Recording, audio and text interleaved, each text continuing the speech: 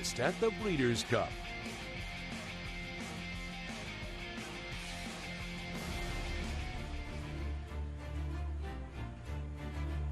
Every morning at every racetrack in the world, it is about time. It is the watch that is on the horses. It is the clock that is ticking on the wall and ticking down to the big race that each of these champions is preparing for. And at the Breeders' Cup, it is no exception. If anything, the pressure is on and the time is everything. It is time to talk about the Breeders' Cup here on Breakfast at the Breeders' Cup. Welcome. I'm Todd Trupp for America's Horse Racing Network, TVG, and we're pleased to be on site here at the Del Mar Thoroughbred Club for the second time in its storied history. Well, it will host the Breeders' Cup, the 38th running of Thoroughbred Racing's World Championships. The big story coming into this morning is weather. Weather everywhere. Even here at Del Mar, we had some fog. But north of here at Santa Anita, where so many crucial workouts are about to take place, they're fogged in, and workouts have been delayed until the later training hours. Then there's Keeneland, where weather is a factor there. Raining, same is true at Churchill Downs. We've got all the coverage for you and the latest breaking news. And joining me here on our set at Del Mar is Simon Bray. Simon, as a former trainer, you map everything out. Sure. And then you get these obstacles in the way, like weather. So if a trainer's trying to keep a horse on a 7-day pattern of work every 7 days, and then weather interferes, how much time do you have to play with there? You don't have a lot of time, but I think in this situation, it's not too bad, and I'll tell you why. Because most of the heavy work was done last week. It's not like these trainers are trying to put in a really big final, huge work before the big day. This is just more of a maintenance work. So you have, a couple of days, 2 or 3 days to mess with. If it gets too close to the race, maybe shorten up the work a little bit in distance, cut the distance down if you're getting a little closer. But if they get these works in by Sunday, Monday, or even at the latest Tuesday, at worst case scenario, I think they'll be fine. But clearly, as far as this morning goes, this is the best place to be if you're training horses. It's the only place with great conditions. And as we showed you yesterday, trainer Bill Mott is already here. We'll be taking a look at his horologist, who's in the Longines Breeders' Cup distaff, and horologist out this morning here at Del Mar. So of all the racetracks, we did have the best situation, and here is a look at horologist. Aptly named for the top of the show where you teased with time. Horologist, somebody who studies the measurement of time. We couldn't have scripted this perfectly, all the rundown and all that, but sometimes it just happens, right? It all comes together. Horologist, all the horologists will be clocking this filly in the stands here. She just has an easy work here, this mare, in the Breeders' Cup distaff. Just looking at her here, she, the rider's, got a good hold against her, just working solo here, and this is more of, just letting the foot off the brake pedal, letting the filly just not do a whole lot, I would imagine, in this final work here, heading into the Breeders' Cup. If I'm looking closely, I think she still has some rings on. That's that piece of leather equipment that goes from the reins down to her martingale. But yeah, this is very good. She's got perfect lead change there, moving, and the rider absolutely motionless. This is a filly that you probably wouldn't want to work in company. Watching her here, if you worked her in company now, she'd be a little aggressive and do a little too much. She doesn't have rings on, by the way. She's just got the bridle and the reins on. Bred in the Garden State, a bay mare by gemologist, horologist at the age of 5, bred in New Jersey, attempting to upset Letrusca and the Longines Breeders' Cup distaff. And Letrusca will be a big part of our show today because she has a crucial preparation coming up here at Del Mar. As we mentioned, we've got you covered all around the country. Our entire team, as we mentioned, fogged in up at Santa Anita are both Christina Blacker and Michelle Yu. With the rain gear out in Kentucky, we have Scott Hazelton and Lexington at Keeneland, and Kate and Bradar on site in Louisville at Churchill Downs. We'll be checking in with all of them in just a moment, but we stay here at Del Mar with Joaquin Jaime. Hey, Joaquin. Hey, Todd and Simon, good morning to you guys. So when you look at the freshman sire list this year, one of the names that you're going to see at atop that list is Connect. And Connect stands at Lane's End Farm. And Lane's End is going to be supporting a great cause coming into the Breeders' Cup this year at Del Mar in supporting the PDJF and supporting the permanently disabled Jockeys Fund. What Lane's End has done is they have created surfboards. On those surfboards, they have put their stallion's name on them, and they have actually got jockeys to use these surfboards surfing. Mike Joyce is going to have much more on this story a little bit later on in the show, but you're going to be able to bid on maybe roughly 20 different surfboards that these jockeys have used, and all of these proceeds are going to be benefiting the PDJF and the permanently disabled Jockeys Fund. Meanwhile, here at Del Mar, we're just about 10 minutes away from a renovation break, so we'll have a little bit of a gap in the action. Right now, we send you to Keeneland Racecourse with Scott Hazelton.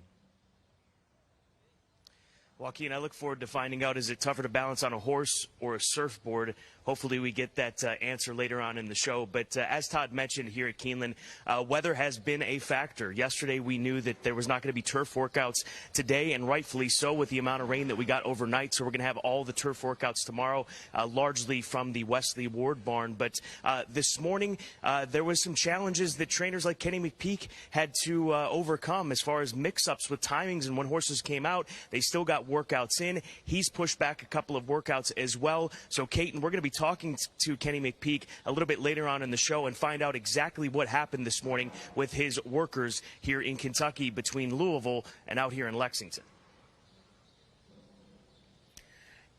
And here in Louisville, the same is true at Churchill Downs. A number of trainers, including Kenny McPeak, had to change plans a little bit.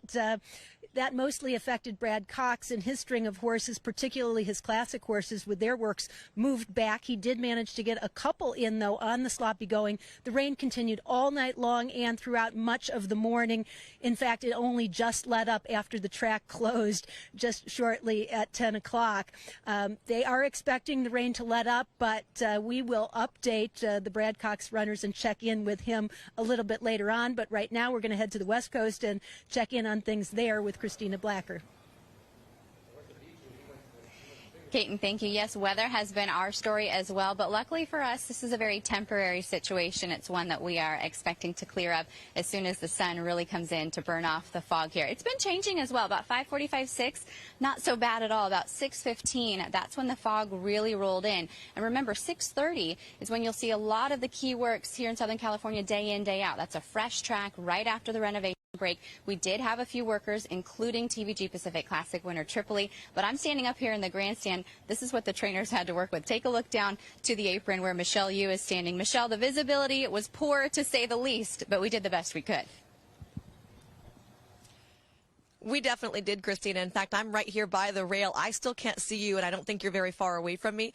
If you can see the rail behind me, at 6:30 when horses were working, from this vantage point, you could not see the inside rail. So the trainers couldn't see, we couldn't see. Some of the horses did come out with the riders wearing lights on their helmet, but the fog was so thick, you couldn't even see the lights. Now, you did mention that Tripoli worked. Juan Leyva, assistant trainer, was aboard for that. And in fact, he used his watch to time the work. So while we couldn't get an accurate account from the clockers because of the fog, Juan Leyva's watch said 59 and change there, out in 1:11. So a pretty strong work there for your TVG Pacific Classic winner. Also, Bob Baffert on hand to send out Pinehurst. He was originally going to send Corniche, but he wants to see Corniche for sure, so pushed his work until later. But overall, we're going to continue on. I've seen some crazy things, Christina, but this is the first time I have ever seen riders come out holding literal flashlights in their hands to try and make it through the fog. Hopefully it clears soon enough to bring you great works today, including Dr. Schivel, CC, and Smooth Like Straight, all scheduled to work this morning at Santa Anita. Back down the coast, guys. Yeah, and that's what I love about this show is when those works get pushed live, because then we all get to watch it with you for the first time. So stay tuned with us on this show. We'll bring you those live workouts as they happen and some big names looking ahead. Let's get you some workouts that did take place most recently. And we'll start with Mackinnon, who goes in on Future Stars Friday and the Breeders' Cup Juvenile Turf for Eric Johnson. Yes, that Eric Johnson of Colorado Avalanche fame, one of the stars in the NHL, and someone who has loved horse racing for a long time. And this is one of the biggest horses he has had. Yeah, I think he's had, high hopes for this horse for quite some time. A little disappointing first two starts.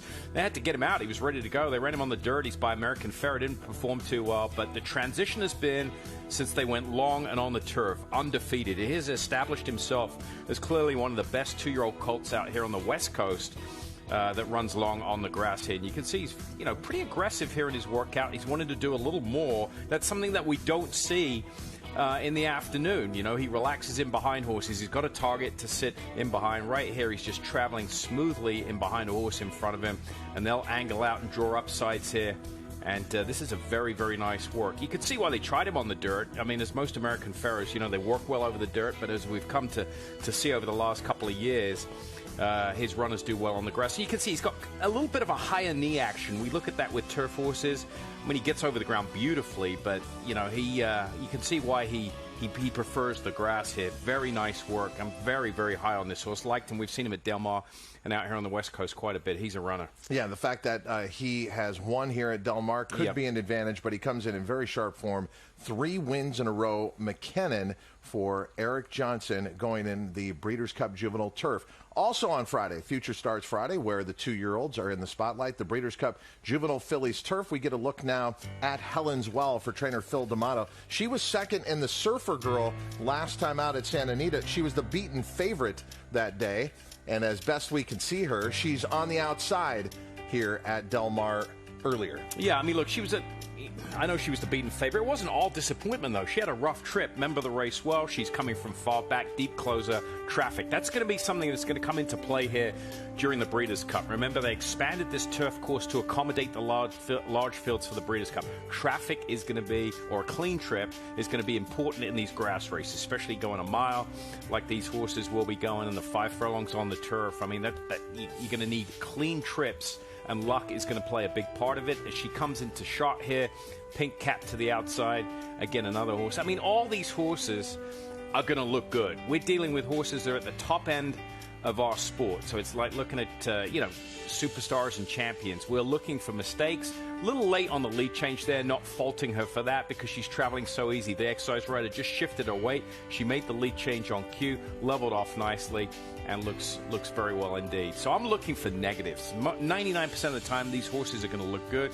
We're looking for little things that maybe we can play against next Friday and Saturday. Helen's Well, bred in Ireland and started her career in the Emerald Isle, has come to the United States with 3 very good starts. Daughter of Kodai Bear out of the elusive quality mare, Ever Evolving. We are evolving on this show, looking forward to many live works, but we also have our Breeders' Cup news of the day. Yeah, Todd, and our news of the day actually has nothing to do with the horses, but rather the man that has called some of their great races. Trevor Denman, the voice of the Del Mar Thoroughbred Club since 1984, is not going to be calling the races during the fall meeting this year at Del Mar. Trevor Denman, he is 68 years old. He suffered a herniated disc when he was at his home at Minnesota earlier this week when, unfortunately, he fell down a flight of stairs. Trevor, unfortunately, missed the entire 2020 season due to the pandemic, and unfortunately he's going to miss the fall meeting and the Breeders' Cup meeting this year at Del Mar as well. It's going to be Larry Colmus, our colleague here at TVG and NBC, who's going to be filling in on the mic once again here at Del Mar for the Breeders' Cup and the fall meeting, which opening day for the fall meeting here at Del Mar is going to be on a Wednesday, November 3rd. For more news, we go back to Keeneland with Scott.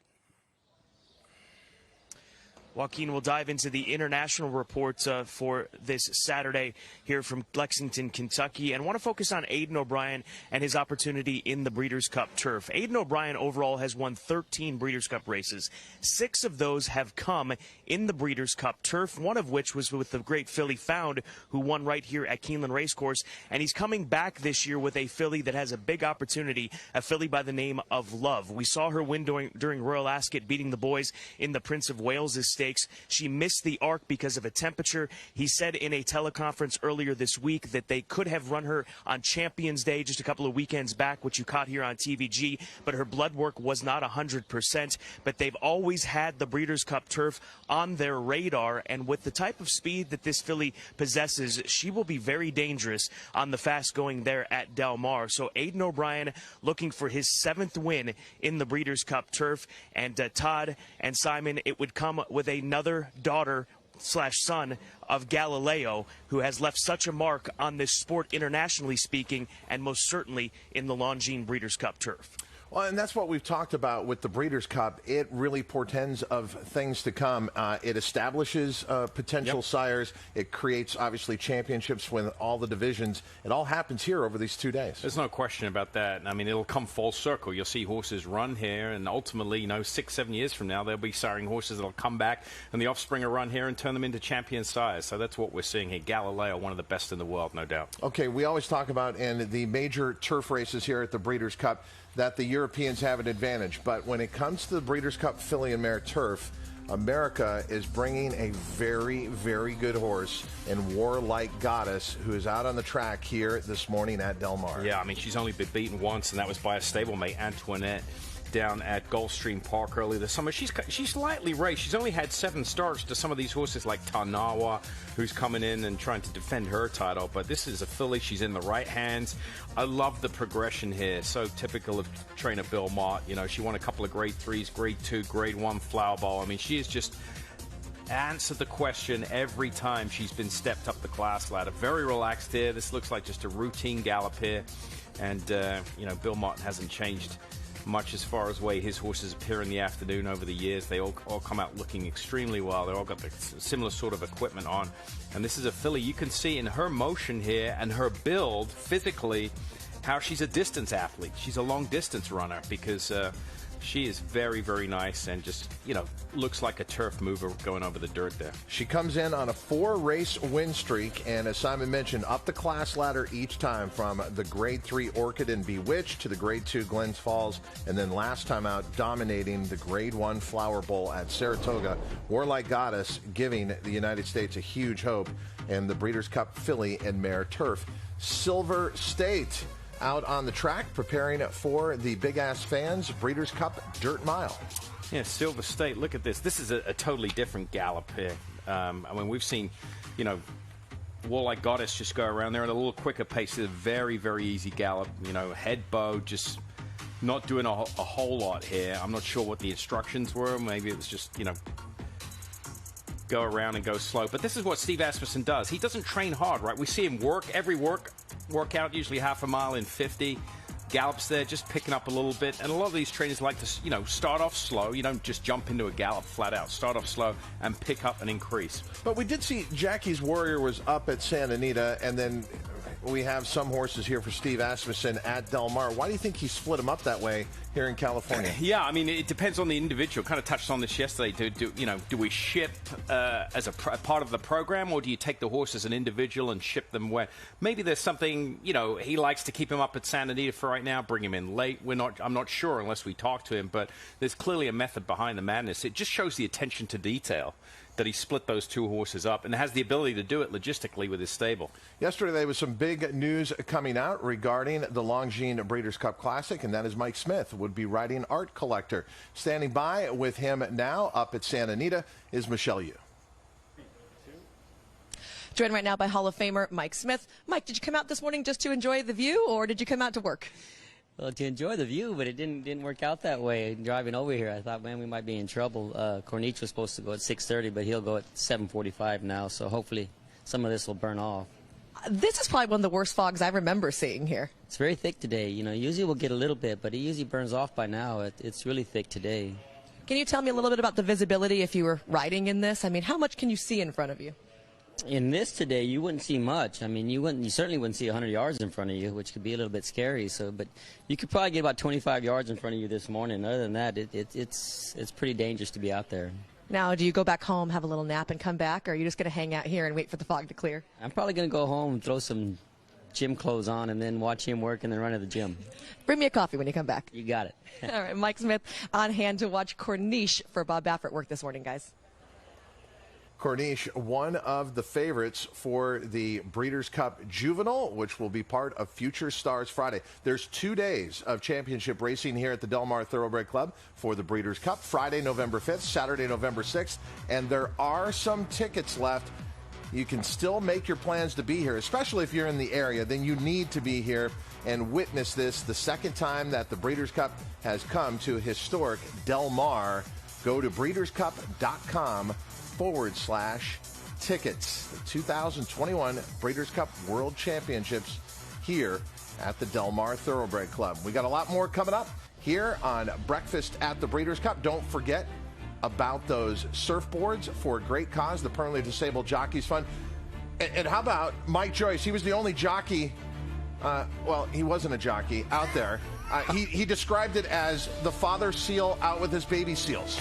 But again, remember, it's all for a good cause. We'll tell you more about those surfboards here on Breakfast at the Breeders' Cup.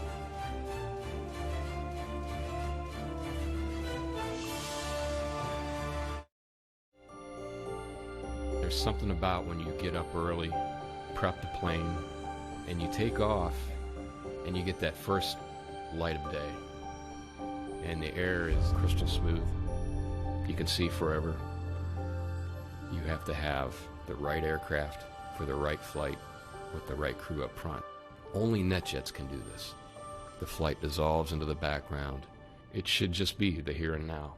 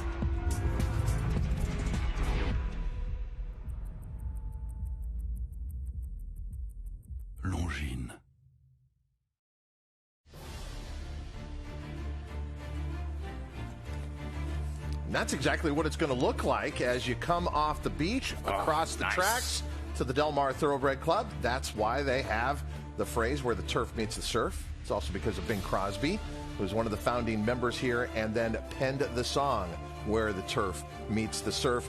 And the weather conditions will be perfect for 2 days of championship racing. Expected to be 73 degrees on Friday, November 5th, on Future Stars Friday, and 74 degrees on Saturday. That's why Trainer Graham Motion tweeted out earlier this week, this is why we were on the Breeders' Cup in California. I mean, you can predict the weather. Yes. No, it's going to be absolutely perfect. The conditions at Churchill this morning, not so perfect in Louisville, Kentucky, as rain has moved through the Commonwealth, affecting both the workouts there at Churchill Downs as well as Lexington, Kentucky, on the other side of the Commonwealth. But this is Rattle and Roll, moving across the track, getting 5 furlongs in a minute and 2/5, and a dominating winner of the Grade 1 Claiborne Breeders' Futurity. We saw him at Keeneland. He was dominating. Let me ask you this, though, because I had someone who's been watching his workouts at Churchill. Okay. He sent me the workout 2 works ago, and he wasn't getting over the surface like that. But it was a good there. He looked fantastic there. Yeah. And so that person texts me and goes, why the difference? Is it just because of the different surfaces today? Yeah, it could be. I'm not sure. I mean, that was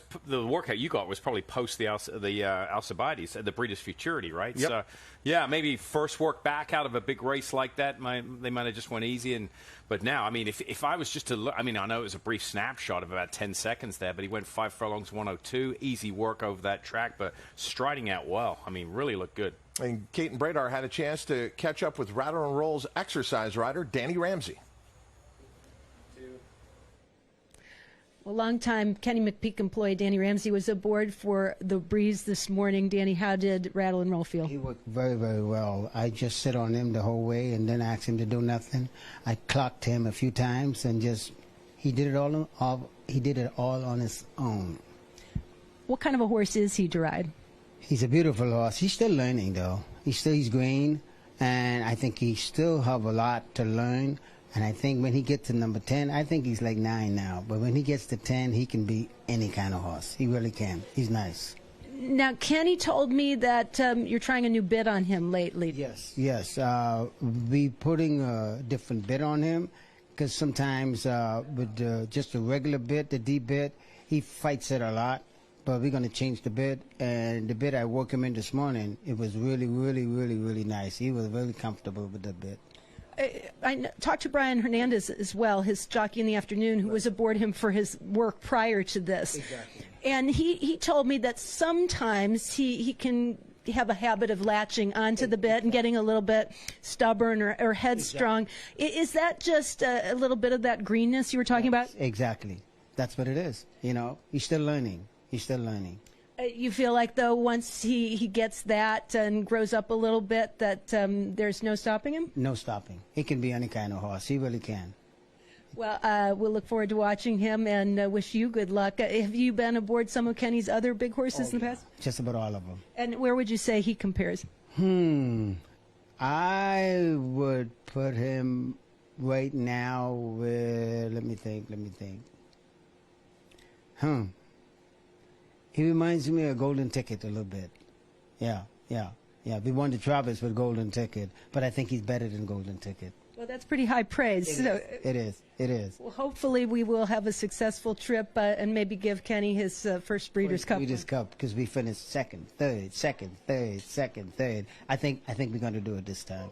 Well, early morning for Danny and for Rattle and Roll, but they're looking for big things in the Breeders' Cup. Thank you. I'm going to put you on the spot. How old is Danny Ramsey? Yes, I've seen a piece on him, and he's gone through a lot. He had a big spill. Yeah, and came last back from, March. Yeah, came back from a big injury. I'm going to say 58. How about 70? Come on. Danny Ramsey turned 70 this year. That's unbelievable. And he's one of the most trusted exercise riders in the game, and he's been with Ken McPeek since 2012. Speaking of the trainer Ken McPeek, he's with Scott Hazelton. Oh, the life of a thoroughbred horse trainer, especially leading up to the Breeders' Cup here in Kentucky when you're getting ready for a West Coast endeavor. What time did you wake up this morning, Kenny? Oh, about 4:15. Yeah, it was all good, normal day. But, yeah, we've had a little wires crossed this morning. We canceled the workers here at Keeneland because the weather stuck around, and we're going to push those tomorrow. And then we were going to send Brian Hernandez to Churchill this morning, and through one event and another, Rattle and Roll worked at 5:30 instead of 7:30. But anyway, you know, we're just trying to get through a wet morning right now. How did Rattle and Roll go? Did you get a chance to see the video, to see him work? Yeah, everything was fine. You know, Danny Ramsey gets on him regularly, and he said, you know, total pro like always. Just a maintenance breeze. We're just trying to keep him on an even keel. And that racetrack over at Churchill, I'm kind of fond of it when it's wet, so they bounce across it, and he handled it fine. How's he been since his Grade 1 win here at Keeneland? Yeah, just all systems go. You know, he's an easy keeper, big, strong horse, eats well. He needed a couple of maintenance breezes, and he's gotten those. We learned yesterday that Tiz the Bomb and your filly for the Filly Mare Turf were going to push their works back. Any change in heart in that with the amount of rain that we've gotten? Any change in heart of maybe considering going back to the turf for a work with him tomorrow morning? They've given us the option to breeze on the grass tomorrow, but I don't think this turf course is going to be anything like Del Mar's turf course, so I don't think there'll be much reason to do that. It was so chopped up the last several days, and I'm curious on whether they run on the earlier races, whether they stay on it or not. But right now, as long as this track's dried out overnight, we're going to work him tomorrow at 7:30, and that should be a pretty maintenance breeze too. When you've got horses at this point, is the last breeze always a maintenance breeze? Do you ever find yourself where you're trying to play catch up? What's the situation when you're in instances like this coming up to the biggest race of the year? Well, there's no catch up at all on these two. You know, they've been running regularly. They're plenty fit. They know what they're supposed to do. You just got to keep them on an even keel. They're both really intelligent horses, and if I was worried about fitness, I'd probably be working them in company, but neither one of them have fitness issues. It's right now, it's just, like I said, we want to get out to California at 100% and let them run their race. It's been a wet fall here in Lexington, and Tiz the Bomb obviously handled the grass course quite well. How do you think he'll transition to the much firmer, faster conditions he'll have on the Del Mar turf course? Well, that'll be tricky. I mean, I'm curious on the post position in that race because that race kind of gets those turns are tight over there and in inner turf course, and that race is going to be hard to win when you've got that kind of situation. But we haven't drawn yet, so we'll see what the posts look like. And he's usually handling anything. He's handled Kentucky Downs, he handled Ellis Park, and he handled Keeneland. So I suspect he'll handle the next step too. How do you think Rattle and Roll is going to handle the kind of speed that he's going to encounter, and California speed that he's going to encounter in the juvenile? Well, I do think he's a horse that needs pace in the race, and that's something that typically is out of your control. And so we'll leave that up to Brian. He's a horse that just gets away, gets in rhythm. He understands running through a lot of dirt, so he'll handle that fine. And pace of the race is completely out of our hands. You don't know whether they go early or they don't, and we'll let Brian decide all that. What's the shipping schedule like? Are you on the charter out of Indy on Monday? Yeah, we've got 3 going on Monday, and those horses will get out there in plenty of time. They'll probably walk on Tuesday, depending on how long they're in the air, and then gallop Wednesday, Thursday, run Friday and Saturday. What's your personal shipping schedule like? I'm going out Tuesday morning. Yeah, so I'll get out there plenty of time, be able to watch them a few days, and hopefully enjoy a little bit better weather than this. I think we'll find some out west. Always great to catch up with you, Kenny, and good luck out there at Del Mar, and we'll see you next week. I appreciate it.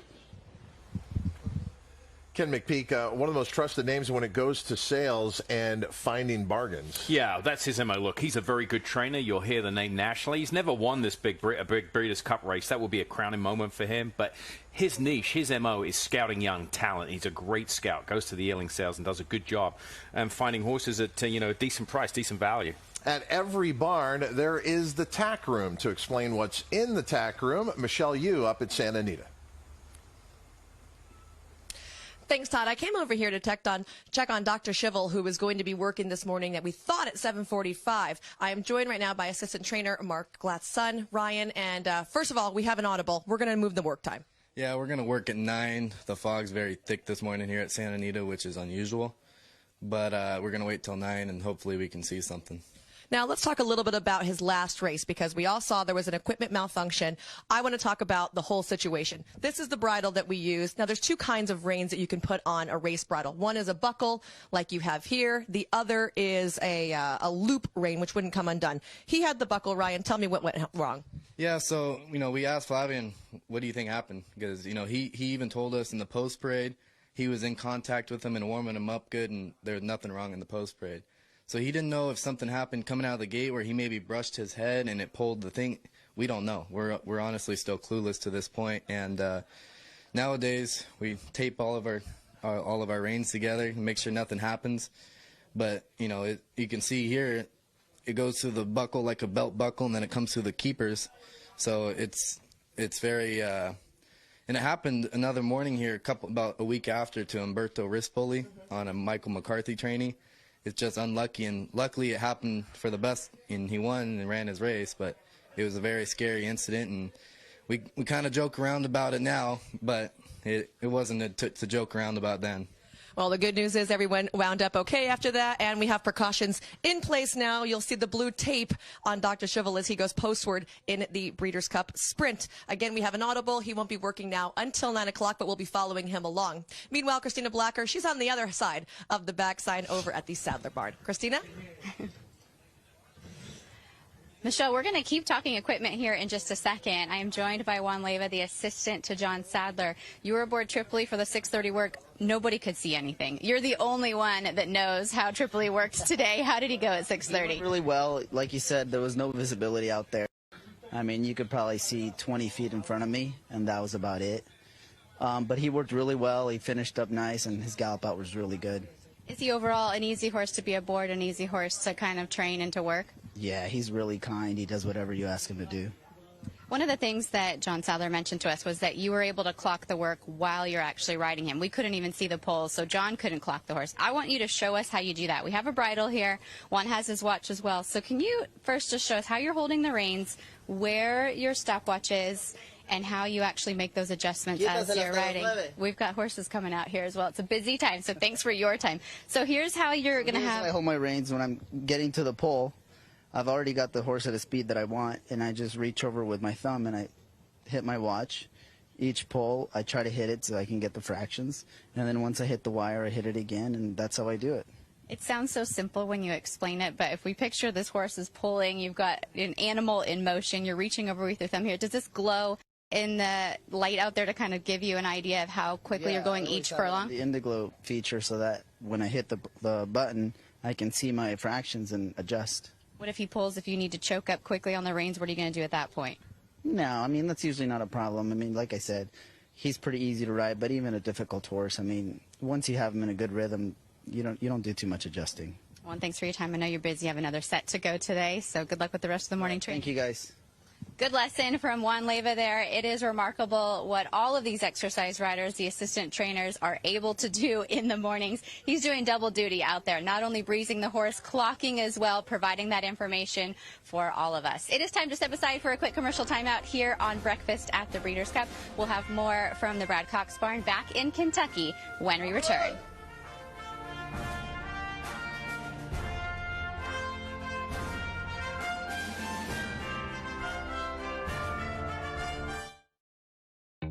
You know this type of place. You might even work in one. Hot, sweaty, uncomfortable. But it doesn't have to be that way.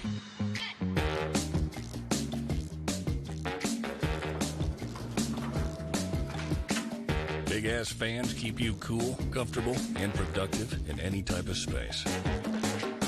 So no matter where you are, think big. Get cool. Respect the law. He's earned it. A Grade 1 winning juvenile. 'Tis the law, pops the cork in the champagne. A classic winning 3-year-old. 'Tis the law is gonna win the first leg of the Triple Crown. 5 triple-digit buyers. Respect the law, 'tis the law. The best son of Red Hot Sire Constitution. He's left the others behind. He's gonna win the Run Happy Travers. 'Tis the law.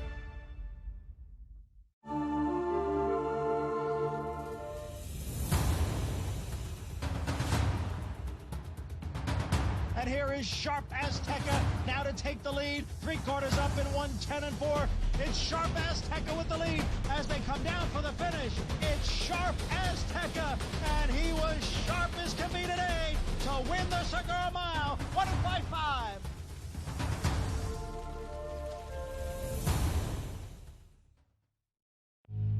With the TVG app, get expert analysis and free handicapping advice from here. Place a bet in just a few simple taps from here. And even stream races live from here. Access analysis and action from anywhere. Download today and get a $300 risk-free bet on the Breeders' Cup. TVG. Onto the app, off to the races.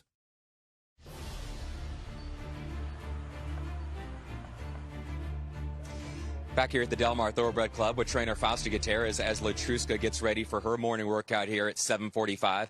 Fausto, when I talked to you the other day, you told me 9 o'clock. Was there any particular reason to move it up to 7:45? Yes, because I have the idea to have 2 breaks and just have 1 break now, so we try to have a better track possible. When I look at her work tab, 47s, 58s, 59, she goes fast. What are you expecting from her today?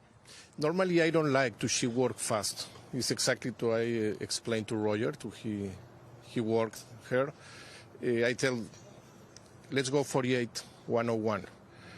And for sure, when we check the time, it's 47.59. But it's like these cars, you go so fast and you don't feel. The idea is this is the last workout to she come back in good condition. I think to she have a 11 months run, she's ready. Just need to know a little bit more the track and a nice gallop to she be ready for the next week. All right, we'll let you and your groom Jose Diaz get set with Letrusca. We'll follow up with you after the workout. Thank you.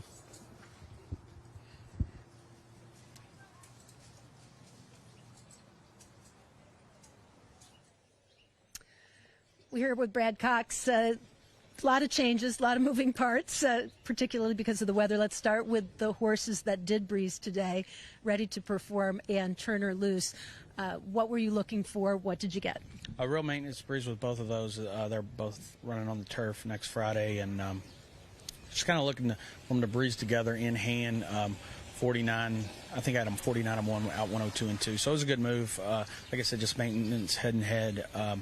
and like the filly just run like 2.5 weeks ago, so not looking to do too much, and the colts, like I said, once again on the grass, so not as sharp or fast a work as horses preparing for a dirt race.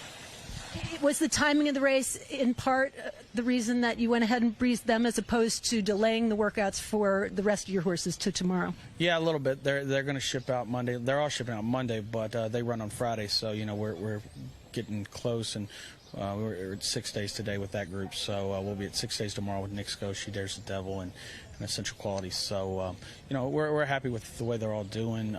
Like I said, that work was just a maintenance move. Depending on the track, we'll see what we can get accomplished tomorrow. Now, tomorrow, what will you be looking for? Of course, it'll all depend on the condition of the track. Right. They'll go 5/8 from the half, all three.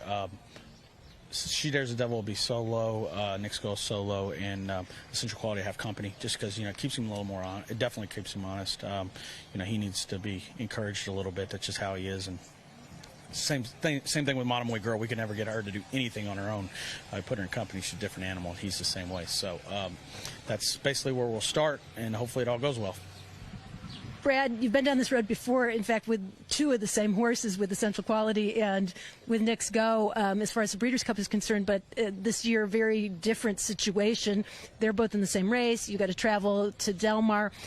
Just talk about the feelings going into the Breeders' Cup with this group of horses. Well, I think it's a good group, and we're excited about going out to California. We did it a couple years ago and had some success with British Idiom and Kofefi, and we took, I think, 7 out there, maybe horse on the undercard, but I think we ran 6 maybe in the Breeders' Cup that year, and it was a good experience. So,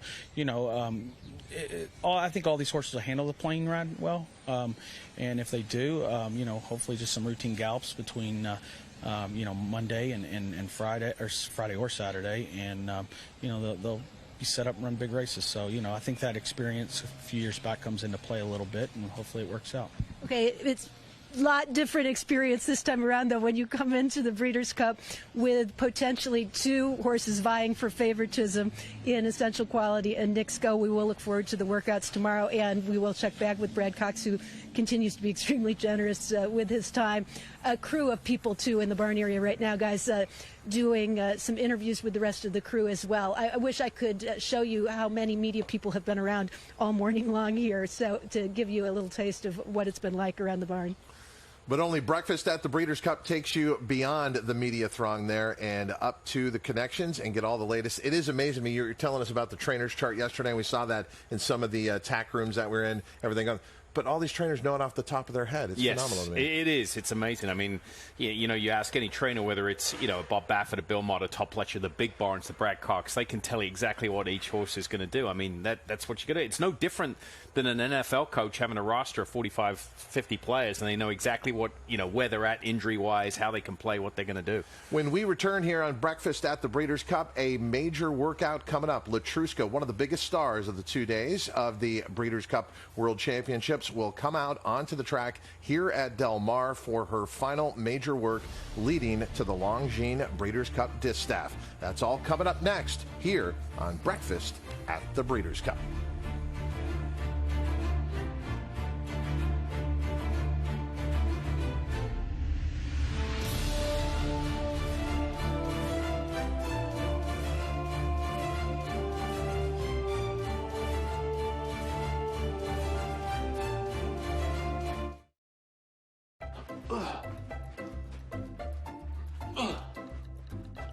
PNC Bank believes that if a pair of goggles can help your backhand get better, then your bank should help you budget even better. Virtual Wallet is so much more than a checking account. Its low cash mode feature gives you at least 24 hours of extra time to help you avoid an overdraft fee. You see that? Virtual Wallet with low cash mode from PNC Bank. One way we're making a difference. 500,000, well done. Audible let loose on the outside to take the lead. Audible by 3. Hoffberg can't get him. Audible, no doubt about it. Audible on the inside turns away the challenge of Free Drop Billy. No confrontation at all. It's Audible to win the Holy Bull with style. Audible on the outside races to the lead. Audible wins by 2.5.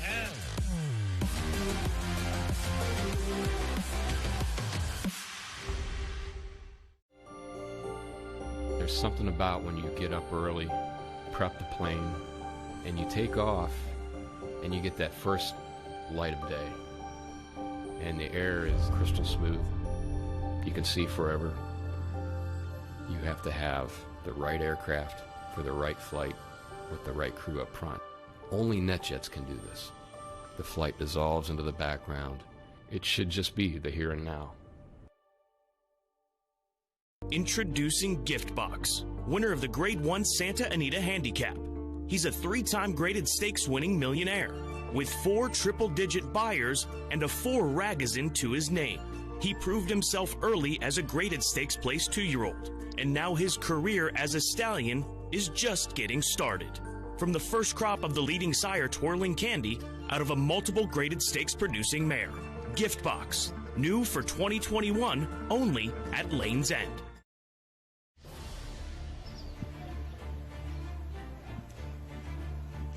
We wanted to shine a light this morning on the retired racehorse thoroughbred makeover project. And you're looking at Ashley Loves Sugar, who was one of those runners that we saw out here in Southern California year in, year out for trainer Peter Urton. There were 400 horses checked in for the makeover this year. Over 1,000 of them were in training throughout the 2020 and 2021 period. So credit to those who have since adopted these horses and given them a new career. They ranged from ages 3 to 14 as far as those who were registered and in training. And they came from 46 different states and 4 provinces represented. The first thoroughbred makeover took place back in 2013 at Pimlico with 26 trainers. The first KHP-based makeover in its current format took place in 2015 with 185 trainers being represented. It is a program that is continuing to grow. It is so fun to watch these horses develop into their second career and see what they can go on to do.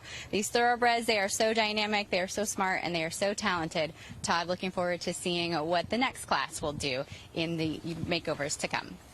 And that's why TVG has partnered with the TAA in sponsorship of some of the races over the 2 days, but it is an ongoing effort year-round, and you're involved with the Thoroughbred Aftercare. Yeah, I'm lucky enough to be on the board of the TAA, and it's been a really big theme the last couple of years to focus on aftercare, life after the racetrack. It's very important. The TAA, along with a couple of other charities, one of the accredited charities through the Breeders' Cup that we're raising money. The biggest prize of the 2 days of the Breeders' Cup is the Longines Breeders' Cup Classic, and one of the main contenders is Hot Rod Charlie, who is out here this morning at Del Mar, and Joaquin Jaime has been with the Connections. Yeah, Todd, we're walking over from the Doug O'Neill barn right now with Hot Rod Charlie. He has his workmate that's following him right here. We're going a different route versus stepping onto the main track, which is closer to Doug's barn, which is on the front side going into the first turn. The reason we're going this way is because it's just part of the process to go ahead and have your pre-workout vet exams here in the 7 furlong chute. So that is the reason why we took an alternate route here for Hot Rod Charlie coming on here. Flavian Pratt is going to be aboard for the workout. He was aboard for the 7 furlong work most recently on October 23rd. Flavian, what's the plan today? All right, so the plan, according to Flavian here, Todd, they're going to be working 5/8 in company for Hot Rod Charlie, his final workout prior to the Breeders' Cup Classic. And Simon, Hot Rod Charlie got some time off before his big win in the Pennsylvania Derby. So this is a horse who just seems to now keep getting better and better. I think it allowed for him to have more of a ceiling. Yes, I think so. You know, when you've got a 3-year-old that's developing, I mean, it's a pivotal year in a horse's career, a good 3-year-old. You've got to pick some spots in the year to just step back and take a break. You can't compete in those early races, look at the Triple Crown, and just keep going. There's got to be a break in the calendar. They got that. I like the timing of the Pennsylvania Derby being in September because that gives you a long, 6-7 weeks to the Breeders' Cup Classic, and that's plenty of time. He's got that race under his belt. And you're right, when you back off those 3-year-olds that have had a busy campaign, you give them time. It allows them to develop and grow a little bit, and that's exactly what he's done. It's been a good rivalry between Essential Quality, the Pro Tem leader of the 3-year-old division, and Hot Rod Charlie. They have met each other previously last year in the TVG Breeders' Cup Juvenile, separated by just 3/4 of a length. Hot Rod Charlie outrunning his odds that day. And then in the Kentucky Derby, Hot Rod Charlie got the measure of him by just ahead, Essential Quality. So now we get to see them with the biggest prize on the line in the Longines Breeders' Cup Classic, as both of them will take on older horses for the first time. But Hot Rod Charlie out on the track here at Del Mar, and we see the fog starting to lift a little bit, and a little bit of the daylight we were hoping for. But you can see all eyes turn when a horse like this goes by on the main track at Del Mar. Yeah, they're doing their vet check, the jog up and down. The vets will be watching and taking a look at the inspection before they work. A huge team of veterinarians on hand here to make sure these horses are 110%. But to your point, I love it when horses, the freshman group, their 2-year-old, they can transfer that form to 3, because more often than not, in years past, before the schedule was changed, the Breeders' Cup, Juvenile was a major win-and-you're-in race for the Kentucky Derby. That's not the case now. Those speed horses didn't develop. Now we're seeing horses like Essential Quality and Hot Rod Charlie. They have maintained their form basically through a calendar year. I mean, those horses that are running the same types of races against each other, and I love when that holds up. And Hot Rod Charlie just shows you that a good horse can come from anywhere for all kinds of price levels. Purchased at auction for just $110,000 and has earned nearly $2.2 million. We'll keep an eye on Hot Rod Charlie and get you back to his major work here as he comes out on the track for the Longines Breeders' Cup Classic. But as promised, Letrusca out here this morning. So 2 of your biggest stars of the 2 days of championship racing here at Del Mar. And Letrusca, we've been told about mentally. She's going to go when she wants to go, so we may see some of that on display here. Yeah, we might. She's standing out here. I mean, if you're unaccustomed to watching top-class thoroughbreds work, what usually happens is they'll warm up, they'll jog the wrong way, and then they'll stand out. The exercise rider is now pulling up the stirrup leathers there to shorten his stirrups, so he's getting ready to work, more in the position that you see the riders in the afternoon.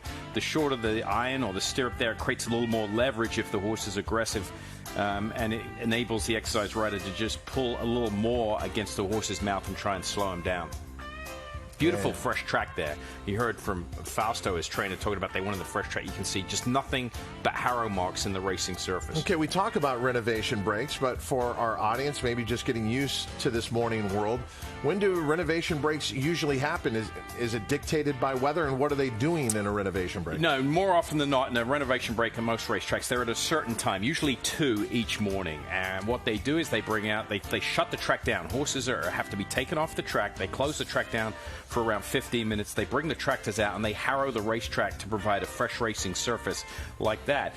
Here, when there's not a full barn area, look, you're going to get a good track pretty much more often than not most of the morning. But on a busy racetrack, when the backside is full of horses, that can get pretty chewed up immediately after the break. Every trainer wants to run on a fresh surface. I touched on this yesterday. You've got to eliminate mistakes, whether it's putting tape around the bridle so the reins don't fall off, and then working on a decent racetrack. Yeah, like bringing the Zamboni out onto the ice in between periods in a hockey game. Yep. Okay, we've been talking about Letrusca, that her mornings are a lot like her afternoons. She likes to take the field gate to wire. She's very aggressive, and she is the same in her workouts, and we're seeing that on display here. Is this too much what we're seeing? No, it's not. And the next size rider, he's got a neck strap. That's a piece of leather around the horse's neck there. That's for him to slot his fingers in and just keep his hands down, because if she gets aggressive and the rider starts pulling his hands up off the horse's neck, it creates more of a problem. The horse will lift their head. Now you've got no control and no leverage. The reins are flapping. So we've got a horse on the outside there that's probably not, by design, and somebody just jumping in, I'm not sure, but she's fine. Once she broke away from the pole, do you see how she got less aggressive and relaxed? She's actually, to me, for all the stories that we've heard about, she likes to do her own thing. She's very manageable. She's listening to her rider. Yeah, they're working in company here. So, I mean, that's a good sign that you can have a horse come up sides you. She doesn't jump into the bridle. This is a very professional work, and she looks tremendous there.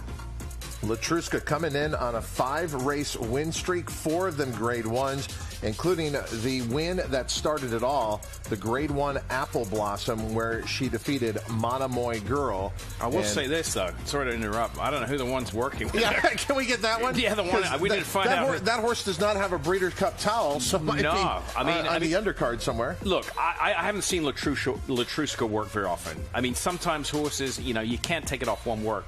But if I'm just taking that 15-second snapshot, the horse on the outside of her worked better. I mean, she went past her. But there's some things in play here. The exercise rider on Letrusca is probably, I don't want to throw him under the bus, but he's a few pounds more than the exercise rider on the other horse. That's typical. That happens. Yeah, heavier than the exercise rider on the other horse. But this horse was outworked by the stablemate. Now, does that mean this horse is not going to run a good race in the distaff? Absolutely not. I'm not sure, but we'll find out. Well, and that's kind of the thing that we always have to look at, the dichotomy. It is just one snapshot in time. There are several workouts leading up to a race. We're bringing you 1 or 2 on the show. Hot Rod Charlie, a live look at him, and we watch him take off here. And he looks fantastic in the early portion of this move. To your point earlier, I think the time off has done him good from the summer to the Pennsylvania Derby. He's developed. Look at his body there. He's really starting to fill out. Whatever he does this year, he's going to develop into a very good 4-year-old as well. Got a stablemate in front of him as the target, and he is just, I mean, he's an easy horse to ride here. Looking at Flavian Pratt's just sitting there, not having to do too much. As a rider, you just want to be a passenger and maybe ask the cues to, pick it up, and I'm sure he'll just sit here, cruise up on side the stablemate.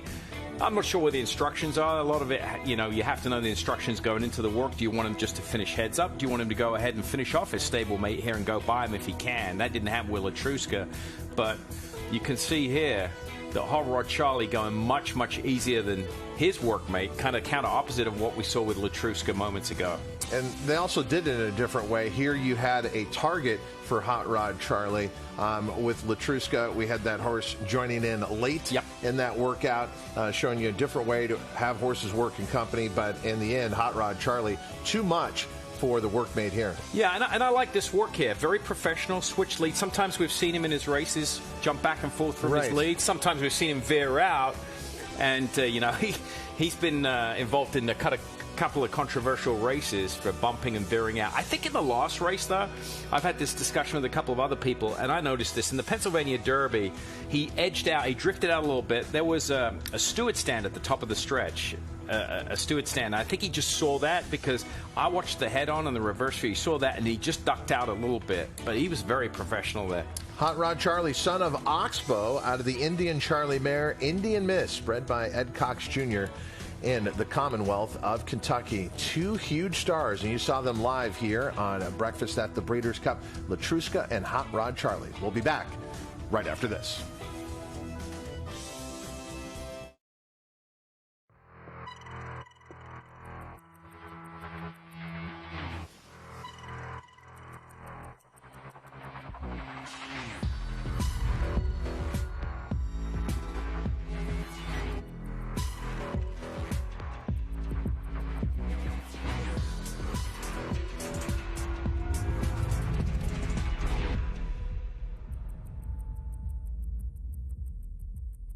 Longines.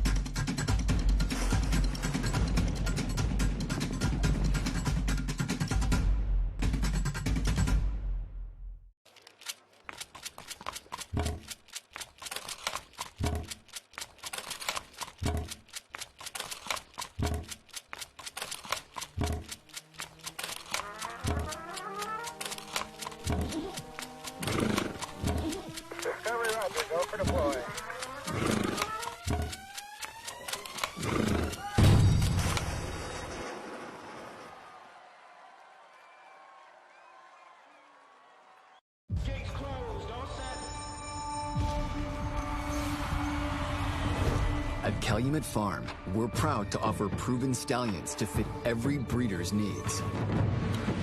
With over 72 million in progeny winnings on dirt and turf, our diverse roster is producing the champions of today and tomorrow. Calumet Farm, a legacy reborn.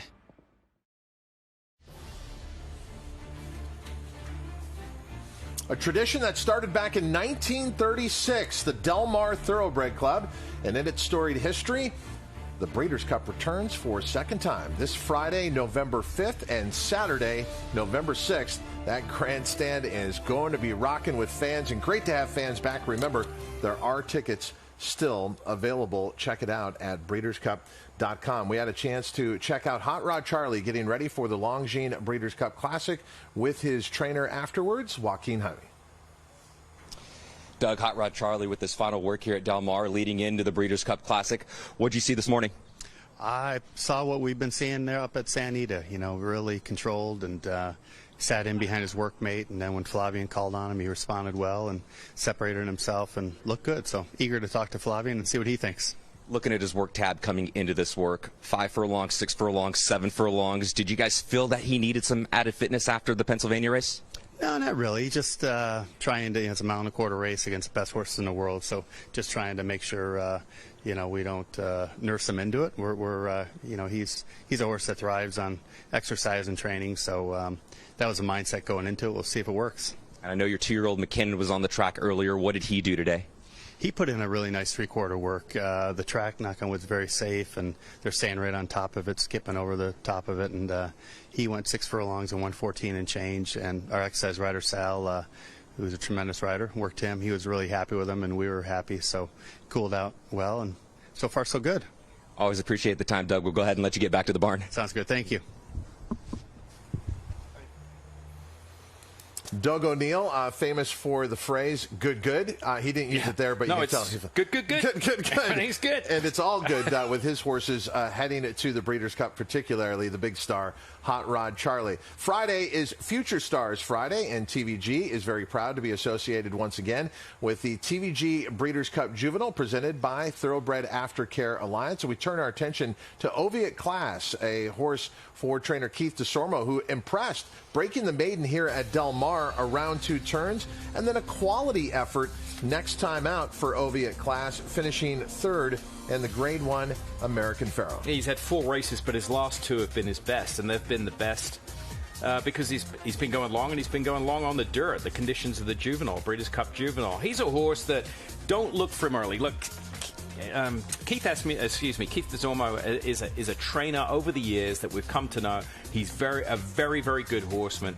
And he usually doesn't put a lot of speed into his horses. They don't usually fire first time out. He develops them.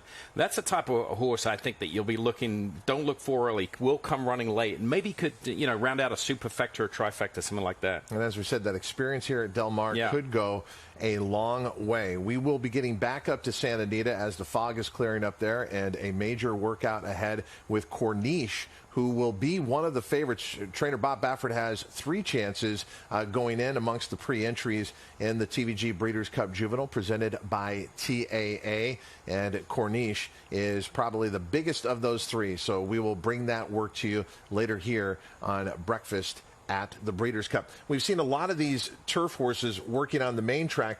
The turf course doesn't open until tomorrow here at Del Mar. Is everyone going to get a chance that wants to be out here on the turf? Yeah, I think so. And then the Europeans, they came in yesterday, a shipment of European horses. They're going to, have to undergo quarantine for 48 hours. They'll probably want to get out on the main track and on the turf course. Behind us just moments ago, I don't know whether you can see, it's the turf maintenance crew here. They were measuring by hand. You always see temporary rail settings. The rails are 10 feet, 30 feet, 20 feet. Obviously, that doesn't come into play in the Breeders' Cup because the rail setting's at 0, but there is racing next week leading up to that. We're actually measuring by hand. I saw a couple of the guys there taking the temp measure and measuring and then just spraying some paint on the turf course there in preparation for those temporary rail settings. But yeah, those horses that assigned to turf races or entered in turf races will get the chance to go on there if need be. All right, and we'll have all those horses when they step on the turf course here tomorrow, expected about shortly after our show starts, about 7:15 a.m.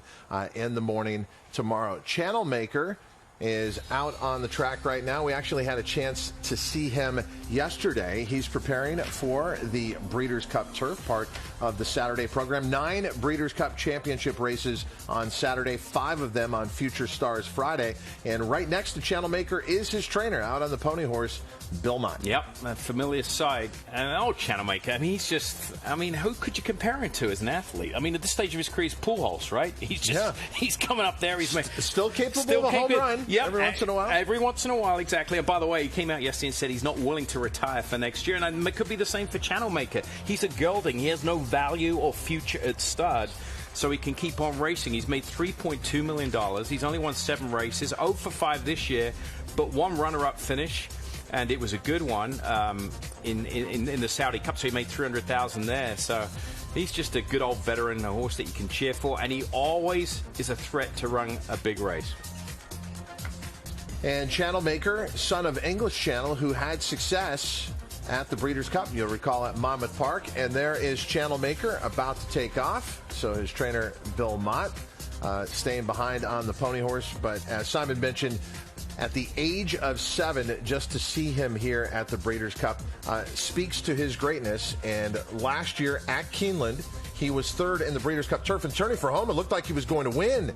He had a 2.5 length lead, ultimately 3rd, beaten a length. But his greatest attribute is to get out there on the lead. At least recently. He didn't used to do that earlier in his career. And it's kind of changed. He's wearing the equipment that he races with here. I'll just go through it. He's got a set of blinkers on. That's that black hood with the cups to the side.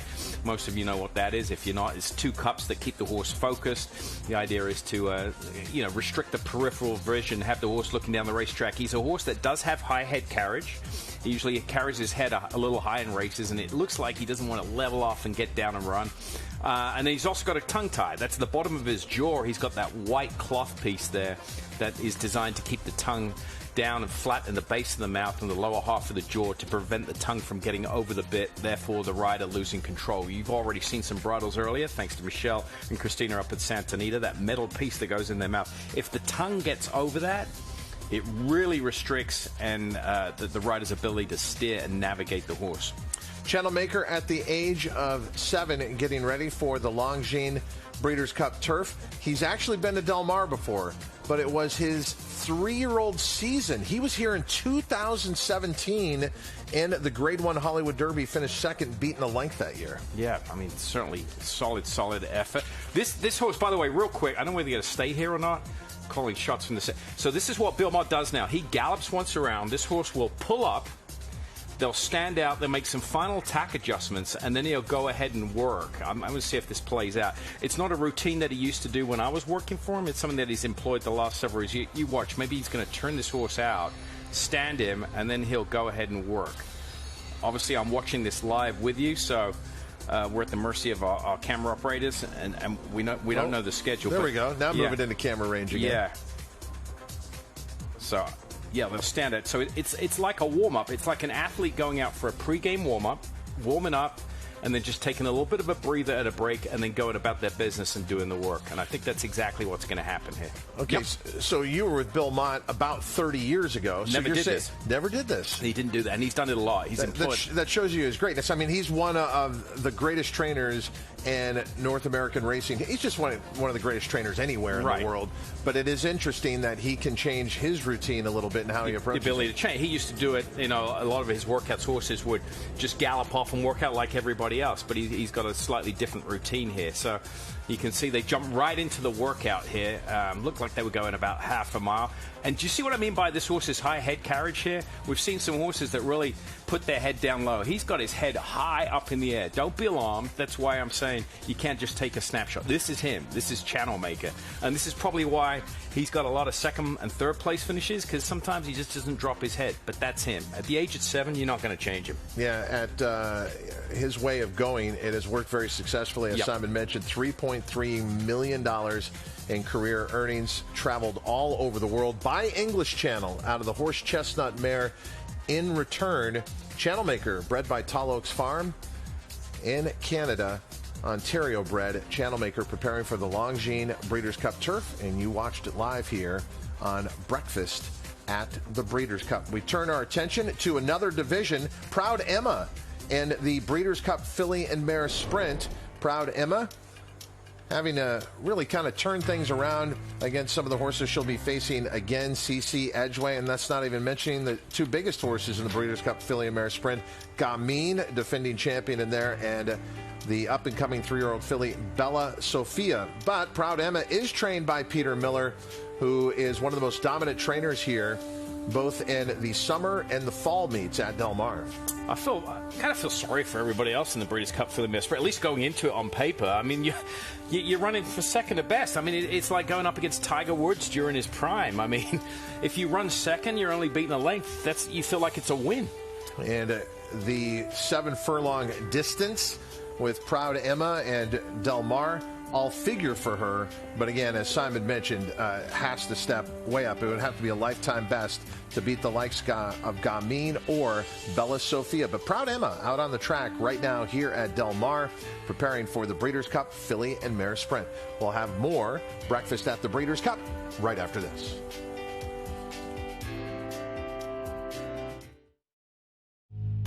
With the TVG app, get expert analysis and free handicapping advice from here. Place a bet in just a few simple taps from here.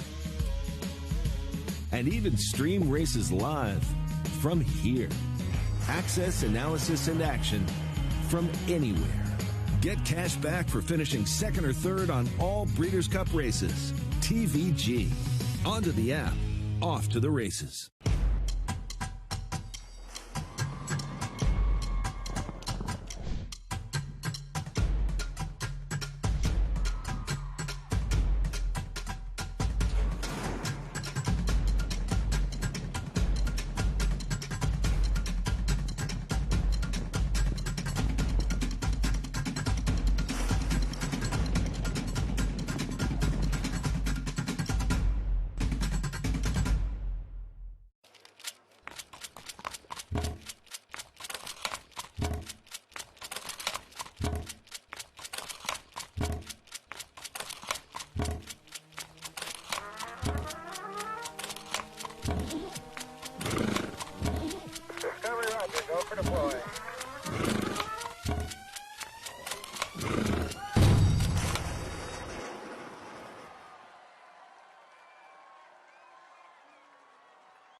This son of Danzig ranks among the world's elite sires, with Grade 1 winners on dirt and turf, and star performers both at home and abroad.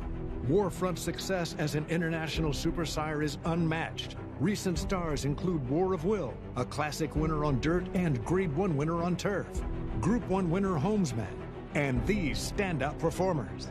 In the auction ring, his progeny continued to command top dollar. Warfront, standing at Claiborne Farm.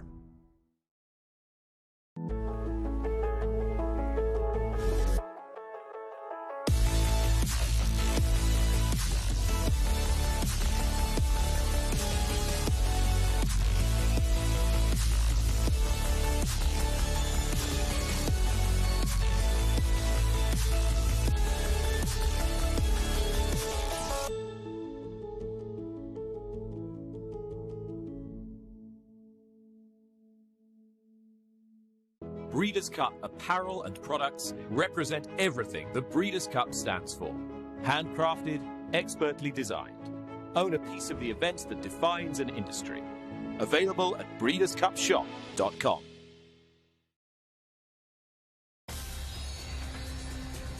Welcome back to Breakfast at the Breeders' Cup, your behind-the-scenes look at all the major preparations and all the divisions leading up to 2 championship days of racing this Friday, November 5th and Saturday, November 6th at Del Mar. I'm Todd Trupp alongside Simon Bray on site here at Del Mar, and we're watching Aloha West prepare for the Cutter Racing Breeders' Cup Sprint. Tough task for Aloha West. Only debuted earlier this year. All 8 races have come in 2021. Started the career with a nice win at Oaklawn Park, 4 for 8. But as I mentioned yesterday, I used the analogy yesterday. This is trying to win the Masters without ever having won a golf tournament. So it's a tall task for Aloha West, but a horse that's improving at the right time and looks the part. And you have to respect the connections. It's not like they're taking a shot, But this is Eclipse Thoroughbred Partners and Wayne Catalano place their horses in great spots. You can see why he's in the sprint. I mean, look at him. He is built like a tank by hard spun out of a Speightstown mare. So a lot of power, and the physique from a sprinter to a long distance equine athlete. Very similar to what we see, in humans. Those running backs, short and stocky, the horses, the athletes that run distance and marathons, long and lean. That's the case with the horses, and he's of that short, stocky build. Second beat in the neck in the Stoll Keenan Ogden Phoenix, last time out. Aloha West, owned by Eclipse Thoroughbred Partners. A dark bear brown colt by Hard Spun out of the Speightstown mare Island Bound was bred in the state where they treasure the Chesapeake. That is Maryland. Now taking a look at Max Player out on the track. Yeah, Max Player entered in the Classic, and for trainer Brendan Walsh, Steve Asmussen, yeah, I just had a brain freeze there. Coming off a win in the Jockey Club Gold Cup. Confusing him with Max Field, of course, who is out of the Classic and going to run in the clock. Max Player, back-to-back wins in the Jockey Club Gold Cup and the Suburban. And again, a horse who's looks like he was given the summer off to develop, and it's paid off. Never throw out Steve Asmussen. His horses always look the same. Like I said, they always presented so well presented in the morning as well as the afternoon. Max Player, son of Honor Code, out of the Not For Love mare Fools in Love, bred by K&G Stables in the Commonwealth of Kentucky. As Simon mentioned, back-to-back wins coming into the Longines Breeders' Cup Classic. That's what's going on at Del Mar. We head north up Interstate 5 to Arcadia, California. Standing by at Santa Anita, Christina Blacker.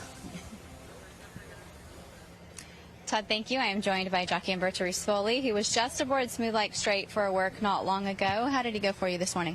Very nice, very nice. I'm very happy with his work. He's very professional in everything he does. Almost in the morning, he's a very lovely horse to ride. So I'm very happy with his work.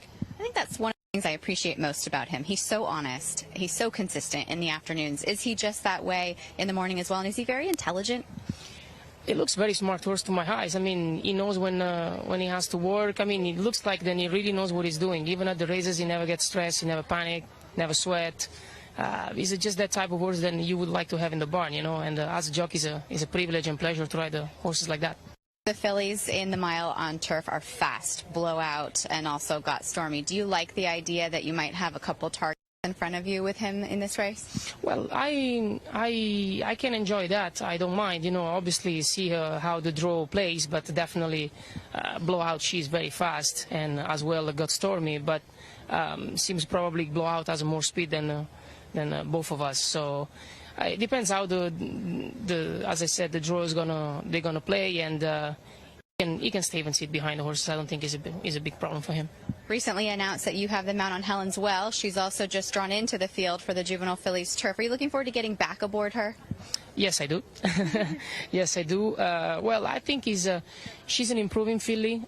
She didn't show her real target, and as I know, Phil tells me she's working great. She's doing well, so it's good that she finally gets into the race. The last horse I want to ask you about is going to Vegas. She's speedy, but what I love most about her is where she drops her belly, she pins her ears. Is she one of the more determined horses you have ever been aboard?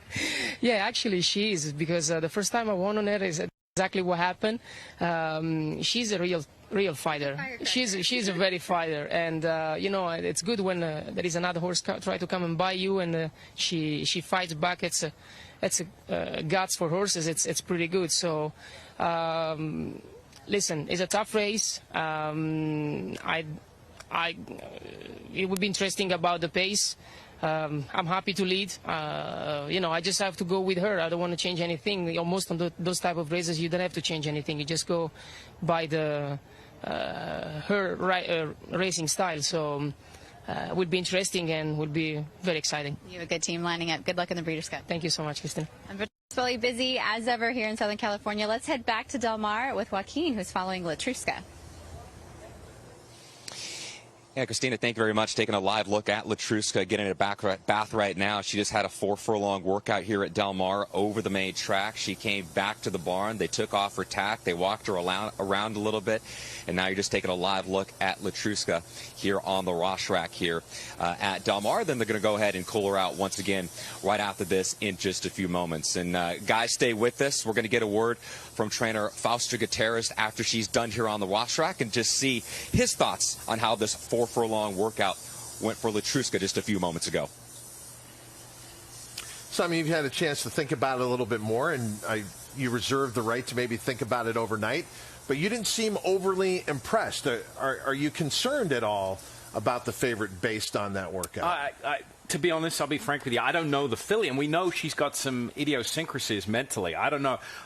I think one of the key sound bites today, I think in this whole show, is going to be listening to Fausto Gutierrez about that workout. It'll clear up a lot of things. I don't know whether the workout was meant to be solo, whether that horse looked like it was meant to jump in, and who the workmate was, and if she's done that pattern and had that workout prior to her previous victories, we have no problem with that. So I'm going to reserve judgment until I hear from Fausto. Okay, so you'll hear those comments here on Breakfast at the Breeders' Cup. It's going to be very crucial because Letrusca is one of the shortest priced favorites of the 2 days of racing. Over the 2 days of the Breeders' Cup, they're going to determine one of the best horse players in the world with the Breeders' Cup Betting Challenge. Why not take your shot and prove you are the best? As far as live money tournaments, this is the defining challenge, the Breeders' Cup Betting Challenge. It's a $10,000 buy-in, $7,500 betting bankroll with $2,500 going to the prize pool. What that means is based on 400 participants, the entire cash prize pool is $1 million.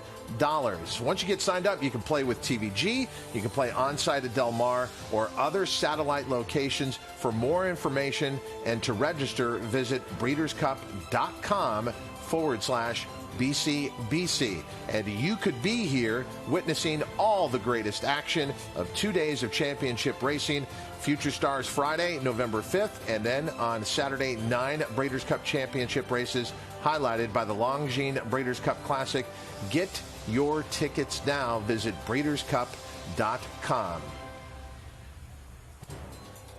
To get to the infield here at Del Mar, you walk through this tunnel, which is actually a look at all that the fairgrounds has been over the years, because it's not just a racetrack, it is the Del Mar Fairgrounds. A fair takes place here before the summer meeting. When we come back, we'll look at the highlight to the first time they held the Breeders' Cup here at Del Mar. The November sale is a destination event for buyers and sellers around the world. The ambiance during the September sale was incredible. As we move into Keeneland November, I think people will find a new experience, a new atmosphere, new optimism. Anybody who participates, buying and selling, when they participate in Keeneland, they're reinvesting in the industry. That is the mission. It allows us to build for the future, and the future is bright. The future is bright at Keeneland November. It's difficult to get a sire that can upgrade your mares like this stallion can. This horse does produce runners, very talented runners, 3-year-old runners, Derby contending runners.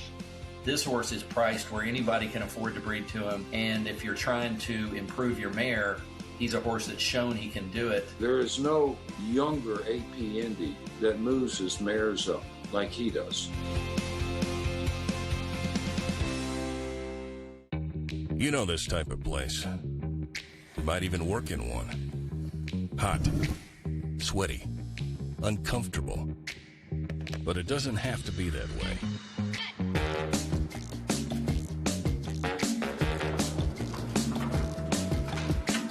Big-ass fans keep you cool, comfortable, and productive in any type of space. So no matter where you are, think big. Get cool. You couldn't compose a better pedigree. A half-brother to Beholder. A half-brother to Into Mischief. Into Mischief wins the Cup. Call Futurity. The most versatile performer from this brilliant family. Mendelssohn's going to do it. Mendelssohn has won it by a length. What a win by Mendelssohn. Mendelssohn by a conservative 17 lengths. Scat Daddy's best bred son at stud. Mendelssohn.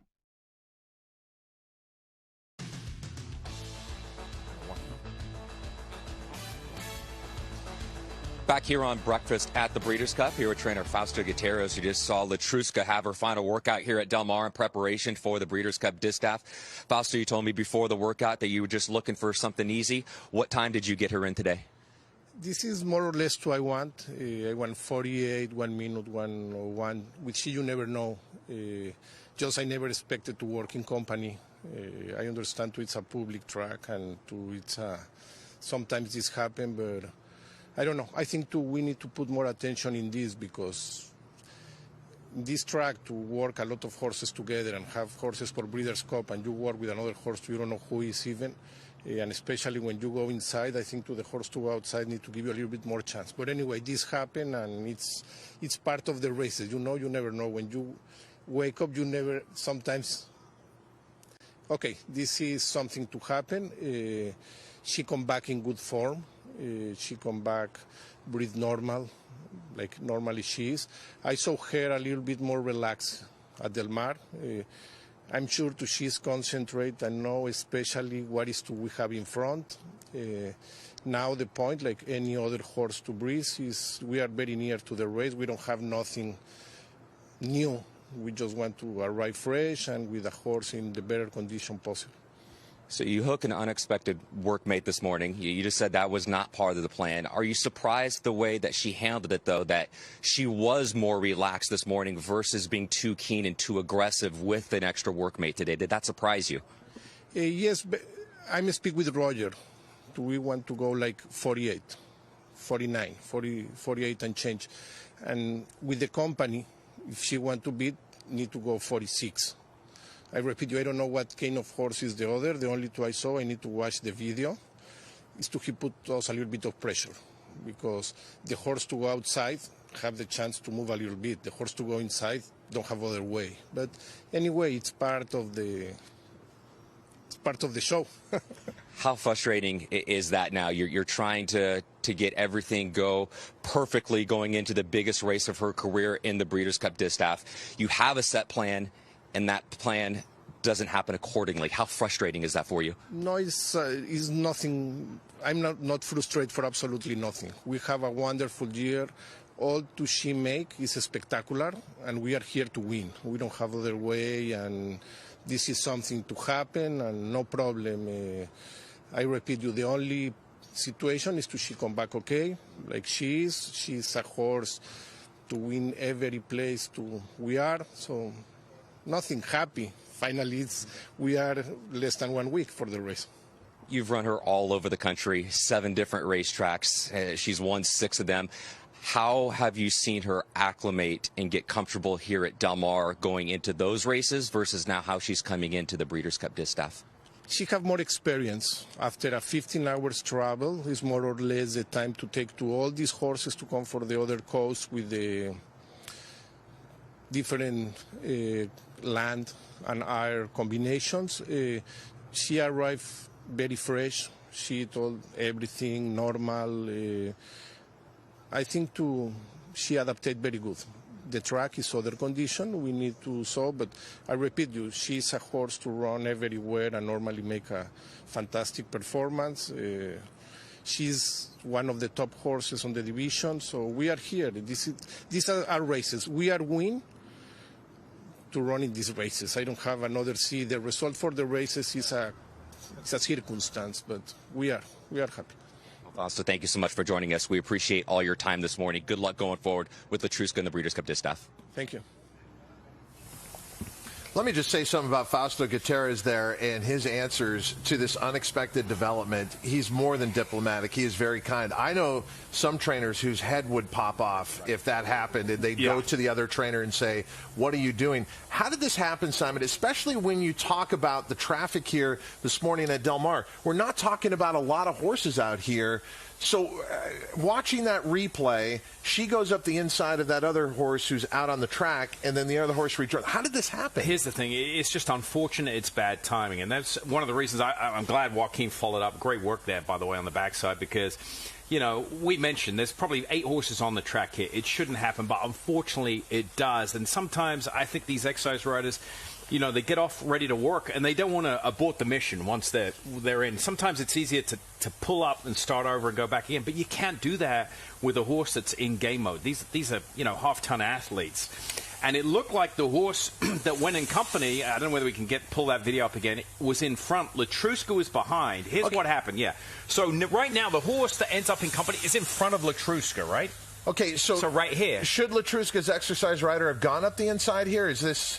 Yeah, because he started off to work. Now, the other horse, I think, is not really working until about now. Probably wants to jump in right about now. Maybe working a little shorter distance. But we have the Breeders' Cup saddle towels, so everyone is aware who's out there. So shouldn't a horse that doesn't have the Breeders' Cup saddle towel, is not preparing for one of these big races, shouldn't they know to back off? Yeah, probably should. I mean, if you've got an exercise rider, you know, that's cognizant of their surroundings, but...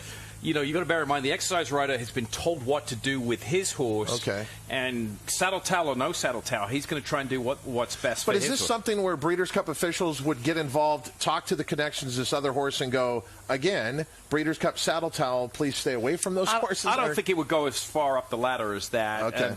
Look, Faust, like you said, a lot of other trainers, I can name 2 or 3 that probably... That would not have been happy at all. Yeah, we might have gone off to the exercise. The other exercise riders, they coming off the track say, what are you doing? Yeah. You know, seriously. They have this to where, like he said, it's a public racetrack, but, you know, we all got to be cognizant of our surroundings and what's going on. Fausto Gutierrez saying, look, we're fine. It happens. It's part of the game. But you watched it happen here live on Bear in mind, real quick, the most important part, I'll always say this, Fausto, the most important part of the work, this was messed up. Okay, for him, it wasn't the most important part is tomorrow morning, how they look. If that's fine, then probably she'll move on and be no problem. If there's any breaking news surrounding Letrusca or others in the Breeders' Cup, you'll find it here on Breakfast at the Breeders' Cup. Still waiting some major workouts up at Santa Anita, which you will see live. We'll come back here to the Del Mar Thoroughbred Club, site of the 38th running of the Breeders' Cup World Championships.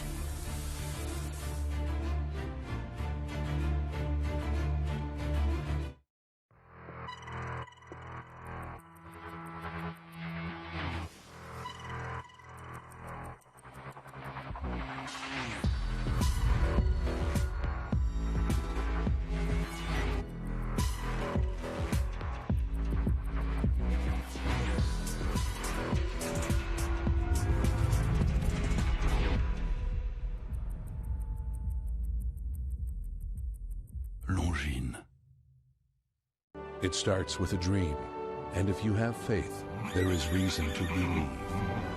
And when you believe, add patience and time, and the horse of a lifetime could be waiting inside. Alone and in partnership, we breed, raise, race, purchase, sell, and stand world-class racehorses.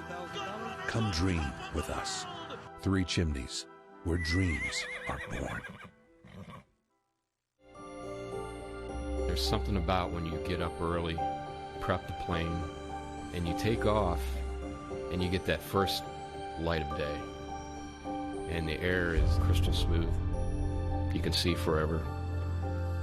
You have to have the right aircraft for the right flight with the right crew up front. Only NetJets can do this. The flight dissolves into the background. It should just be the here and now. Authentic makes his move, and so does Honor AP on the outside. Honor AP coming with a big, powerful, sweeping move on the outside of Authentic. And Odor there in the final furlong, and Honor AP runs right by Authentic. And Odor at the rail, and Rushy, a 16th to go. Honor AP a length and a half. Authentic, Rushy running on late. It will be Honor AP, a very impressive winner of the Run Happy Santa Anita Derby. The Del Mar Thoroughbred Club in Del Mar, California. One of the most iconic racetracks thoroughbred racing in the United States has to offer. Actually started back in May 6th of 1936. We have all heard the story about legendary entertainer Bing Crosby being the founding member, but it was actually a local businessman here who just lived south of the racetrack in La Jolla, Bill Quigley, who who pitched Bing Crosby on the idea to have a thoroughbred racetrack in this area. And what an idea it was. Del Mar had been waiting for the Breeders' Cup to make it here, and finally, in 2017, the wait was over, and man, was it worth it. The Breeders' Cup has come to Del Mar for the first time. This is the 34th Breeders' Cup World Championships. Many fans call the Breeders' Cup the annual Olympics of horse racing. The best horses from around the globe coming together to compete for the World Championships. And the biggest and richest race of all, the Classic. We've got some wonderful horses running this year from Europe where you've got potential for real grandstand performances. Really love being here at the racetrack. I love the history of Del Mar. You have the best of the best at every distance, on every surface. You couldn't ask for anything more. Where the turf meets the surf, down in old Del Mar. I think for a lot of people who hadn't been to Del Mar before, there was just a real sense of glamour about the place that was attracting them.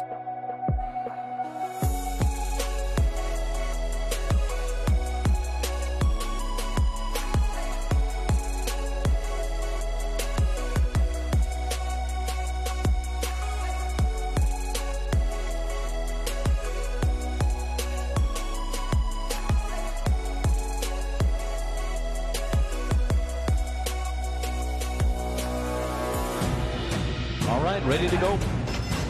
They're off. Good Magic pulls away. Good Magic's going to win his first race in a Breeders' Cup Juvenile. Doro.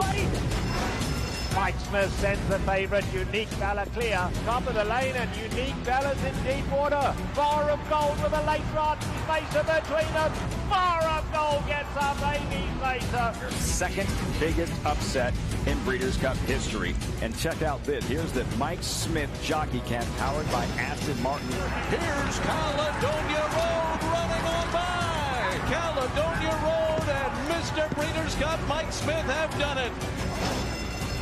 Wuhita's the one to catch close to home, though. She's got a 2-length lead. Wuhita overrode an entrant. Wuhita has done it. They're into the stretch, and Beach Patrol takes the lead. Talismanic Beach Patrol fights on high and real. Talismanic gets the winner. And on the extreme outside, Forever Unbridled, Champagne Room back at the rails, but on the outside, Forever Unbridled takes the lead. Here's Abel Tasman flying late. Forever Unbridled, the wire will come in time. Forever Unbridled has won the distance.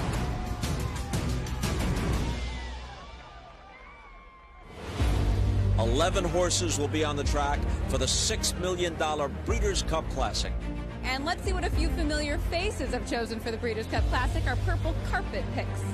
I'm going Collected. I got to go with Gunrunner. This is his time. Gunrunner's never defeated Arrowgate. They have faced each other twice, and Arrowgate has posterized Gunrunner twice. Now, Gunrunner is the horse to beat. I think it's safe to say this is one of the most competitive Breeders' Cup Classics we've ever seen. They're off in the Breeders' Cup Classic. Gunrunner will get ahead of Collected early on here, and with 7 furlongs to run, Florent Giroux and Gunrunner lead it by a length.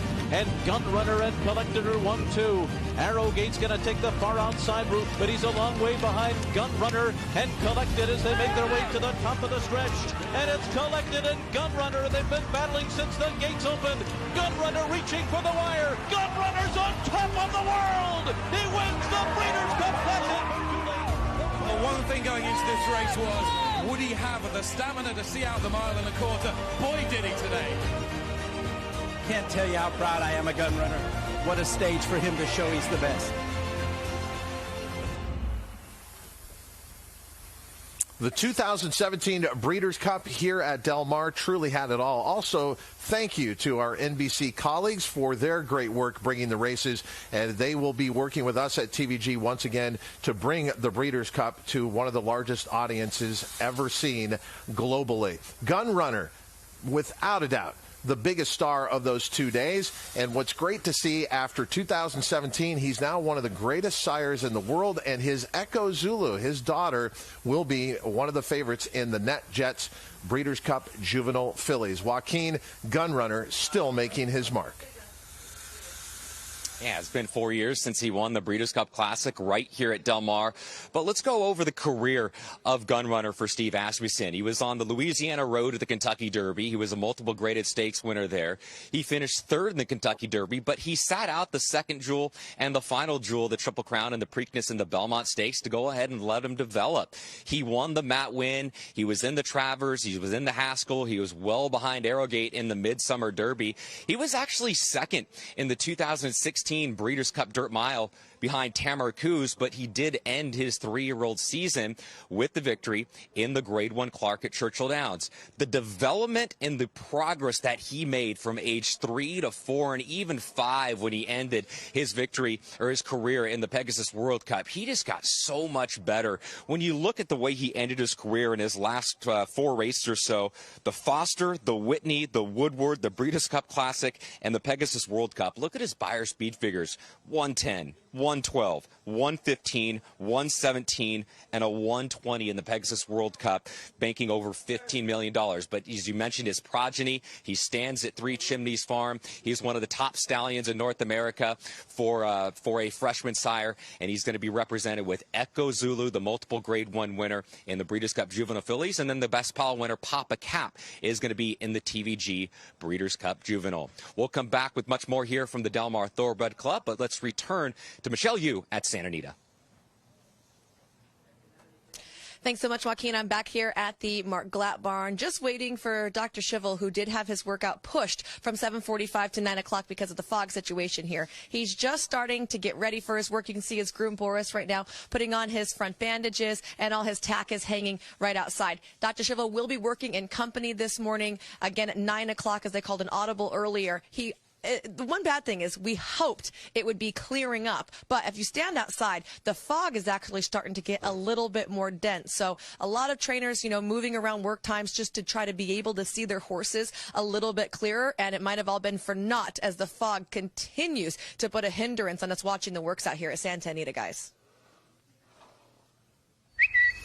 Thanks very much, Michelle. As we head back here to the set at Del Mar, and now it's time for Twitter Talk. Thanks to our friends at America's Best Racing. What would world be without social media? We have to integrate some of it into our show. We're going to do that now and just go over some tweets that we've seen over the last 24 hours.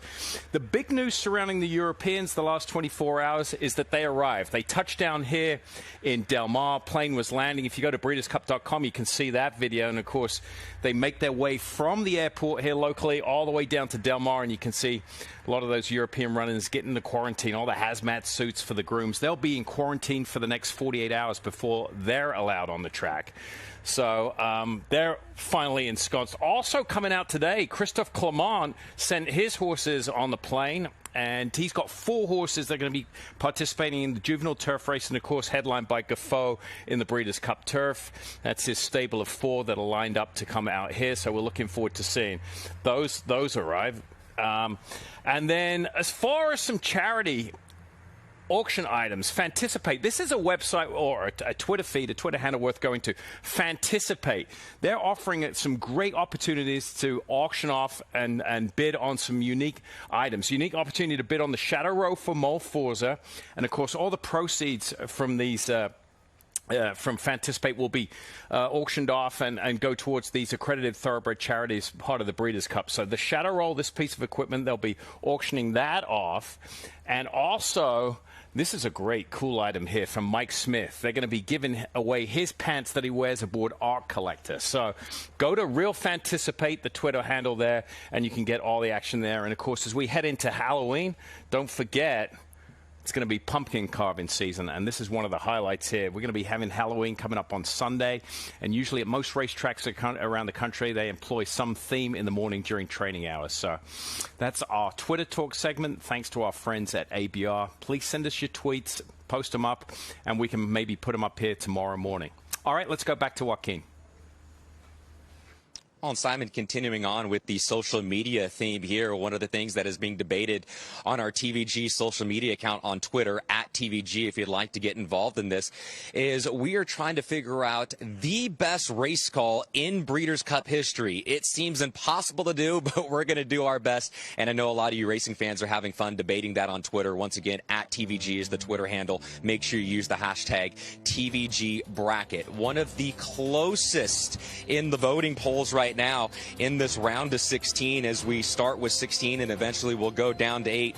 One of the closest in the bracket is two of the best races that we have seen in Breeders' Cup history. This one is so close. The 1987 Classic at Hollywood Park and the 1988 Classic, the Midnight Classic at Churchill Downs, are going head-to-head in the round of 16.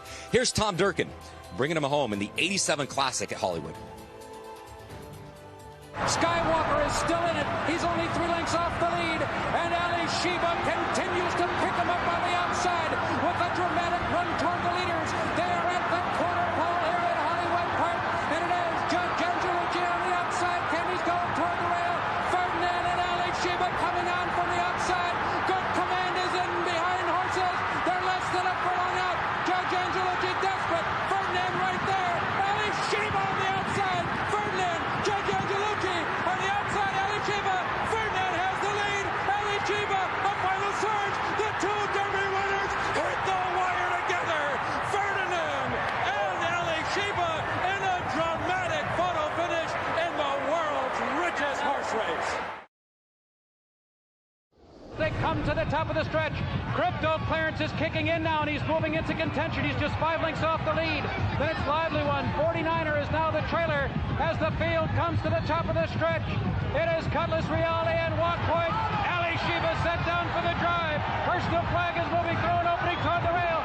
Seeking the goal on the outside. They're coming to the final furlong. Walk Point is tenacious. Ali Sheba is right there. And on the outside, seeking the gold.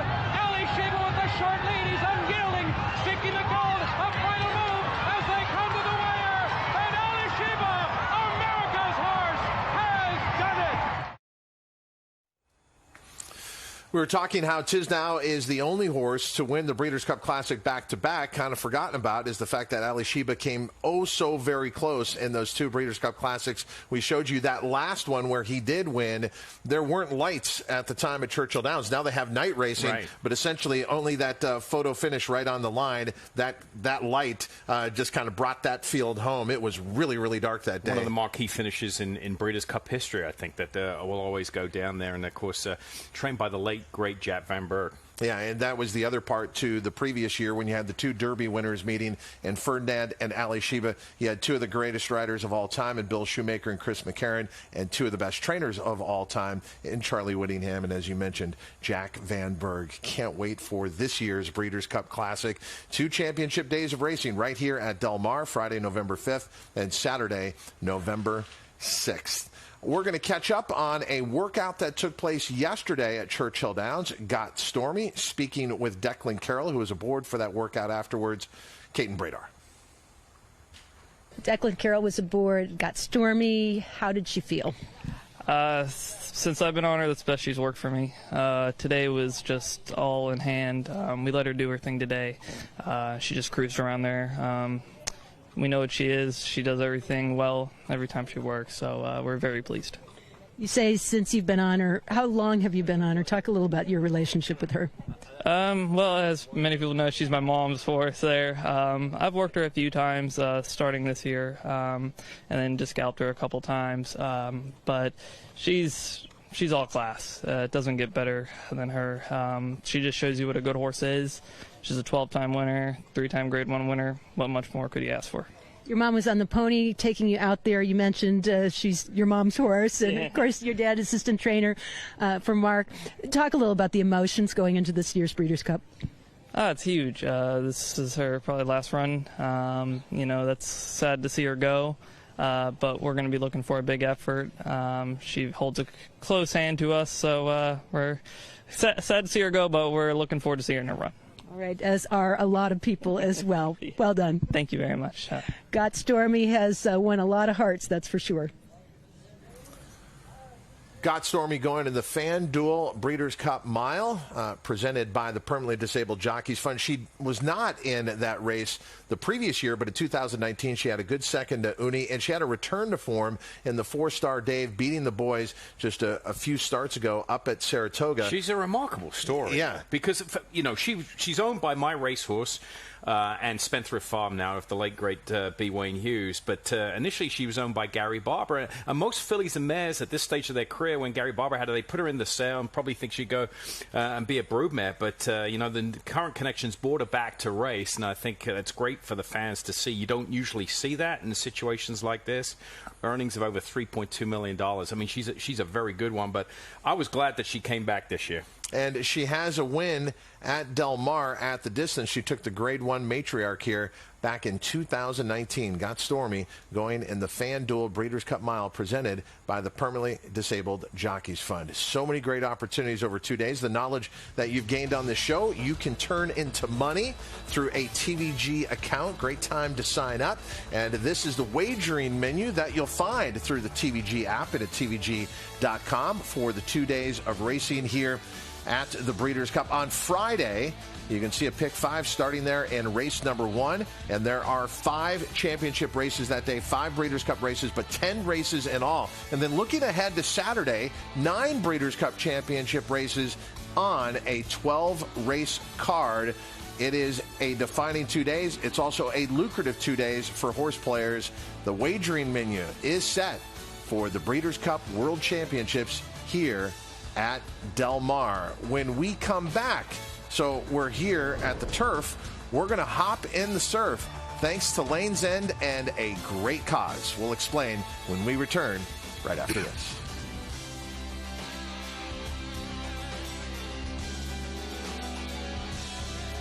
Turn your love of racing into savings with equine discounts through the NTRA.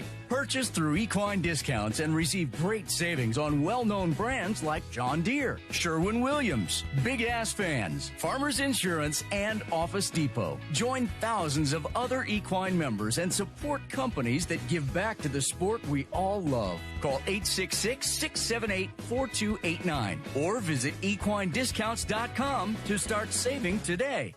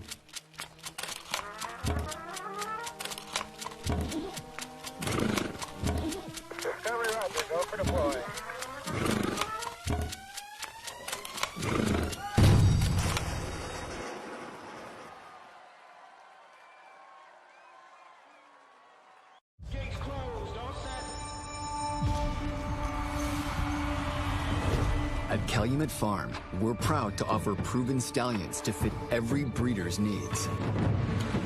With over 72 million in progeny winnings on dirt and turf, our diverse roster is producing the champions of today and tomorrow. Calumet Farm, a legacy reborn.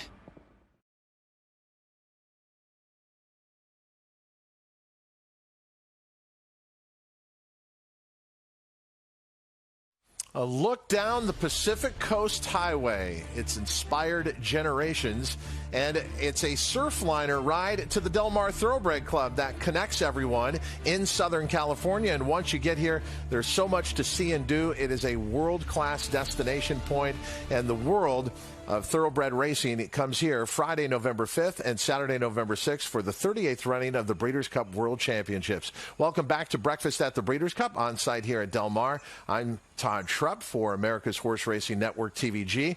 One of the causes in the sport of thoroughbred racing is the Permanently Disabled Jockeys Fund, set up to assist those riders who have been injured on the racetrack. It's a year-round endeavor to raise money for the PDJF, and it was Lane's End who came up with a fantastic idea to tie it into the Breeders' Cup by creating surfboards that will be sold with some of their stallions on there that you can also use in the ocean. So we took those surfboards, got 3 jockeys and a member of the PDJF, Mike Joyce, and sent them out to the beach. Here's what happened.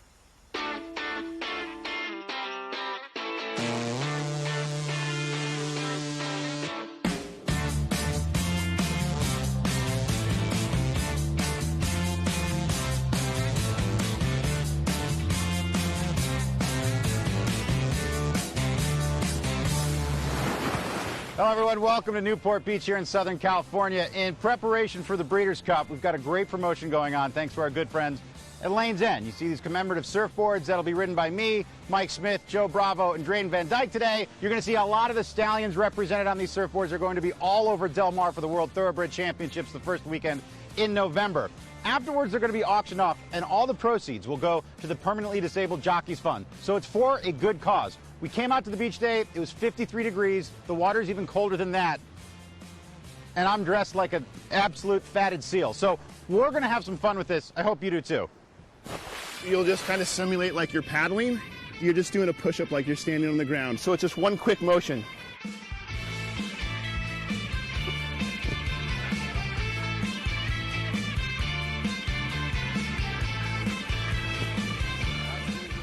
You guys are pretty athletic. I think you guys are going to do really well. This is going to happen. Yeah, that's going to happen. It better happen. We better be able to get up at least one time. All right, you guys ready for your first surf lesson? Yeah. Who's up first? Drayden. All right, let's do it. Yo, stand up, man. Throw in the tube, dude. Yeah. That's good. That's pretty damn good. Hey, what? He was in the tube, man. Yeah! Hey. Oh, yeah, dude. If I just had hair. No, are you kidding me? You're hydrodynamic. Come on, Michael, get up. There we go. Yeah, Mike. Yeah. Look at Drayden go. Yes. Yeah, Drayden. Yes. That'll be you, Joe. 5 a.m. this morning, they showed me a video of sharks. They did not. They got me a little nervous. Sharks only eat like guys under 5'2".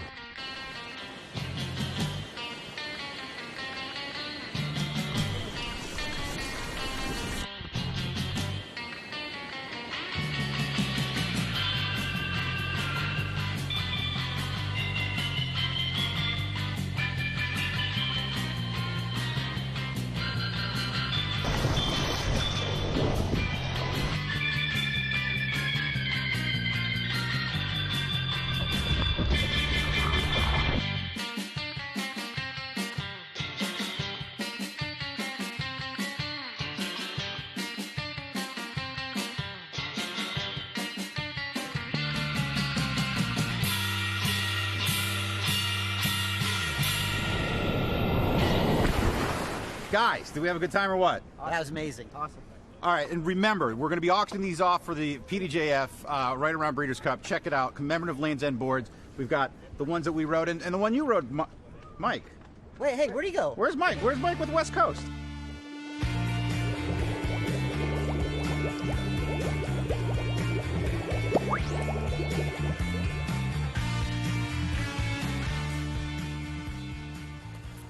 Our thanks to the Farish family for a fantastic idea and a lot of fun there with the theme here where the turf meets the surf. Those surfboards going to go to a very, very important cause, the Permanently Disabled Jockeys Fund. Back into what's going on here on Breakfast at the Breeders' Cup. And Michelle Yu has been posted with the connections of Dr. Schivel. Thanks, Todd. We're walking to the track right now for this postponed work. I'm joined once again by Ryan Glatt. Ryan, first of all, you guys have a plan for this work. What's this supposed to be? Yeah, he's going to track another horse of ours in our barn. Abel Sadie will be working the other horse, and he's just going to give him a target to kind of stay focused on. Dr. Schivel, he's a very smart horse, and when he knows he doesn't have to do much, he won't, and he will work slow. And we are expecting a good work out of him today. So, you know, a minute flat, minute change right in that area is perfect, you know, and hope for a good work. When you have a horse like this who can be a little bit of a lazy workhorse, how important is this final work when you know you want something a little stiffer? You know, it's an important work, obviously, the one before the Breeders' Cup, you know. But he's been running right along. He hasn't missed a beat since his comeback races this before the Bing Crosby this year. So we think he's very fit. You know, he could probably work in 103 today and he would be okay. But you always want a good work before the Breeders' Cup. I want to talk just a little bit about him from a physical and a mental standpoint. He looks like he has really developed a lot this year from last year. What are your thoughts? Yeah, when we bought him, we kind of turned him out and just said, let him grow up and be a better 3-year-old. And he did that when he was at Rancho Temescal with Tim Cohen, his part owner, who was the one who took the chance with his father, Jed Cohen, to buy this horse last year. And Tim Cohen would come out to the races every once in a while and tell us, hey, we got a good one at the farm, guys. Well, he's definitely a good one. We'll send it back, guys, to Dr. Schivel about to work for the Breeders' Cup Sprint. The Cutter Racing Breeders' Cup Sprint, Dr. Schivel, based here in Southern California, undefeated at Del Mar, 3 for 3. Yeah, I think that goes a long way. He loves it here. He's really, you know, he always showed some talent early on in his career. He was trained by Louis Mendez, and then he had a big break, and he's been just absolutely on a tear right now. Again, another horse who's improving at the right time. There is a lot of interest in what's going on leading up to the Breeders' Cup. We're going to be resetting the show, welcome in some additional viewers. We're also going to recap what has been a very busy morning and also an interesting morning with one of the biggest stars, Letrusca. If you are just joining us, and we will have a new audience coming in, we are going to recap a situation that took place with her and her final workout leading up to the Longines Breeders' Cup Distaff, and we will finally see that live workout as the fog starts to clear up at Santa Anita for Dr. Schivel. Much more coming up here on Breakfast at the Breeders' Cup.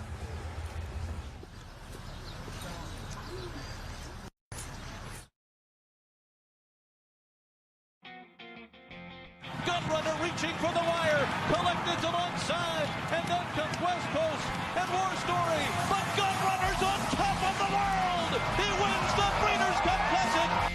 In 2017, Gunrunner punctuated his Horse of the Year campaign with a dominant victory in the Breeders' Cup Classic. This year, the World Championships return to the Seaside Oval, and the biggest names in the sport have assembled at the Del Mar Thoroughbred Club. Who will rise to the occasion and emerge as this year's definitive star? TVG brings you all the action as the competitors and their connections make their final preparations for the biggest weekend of the year. Welcome to Breakfast at the Breeders' Cup.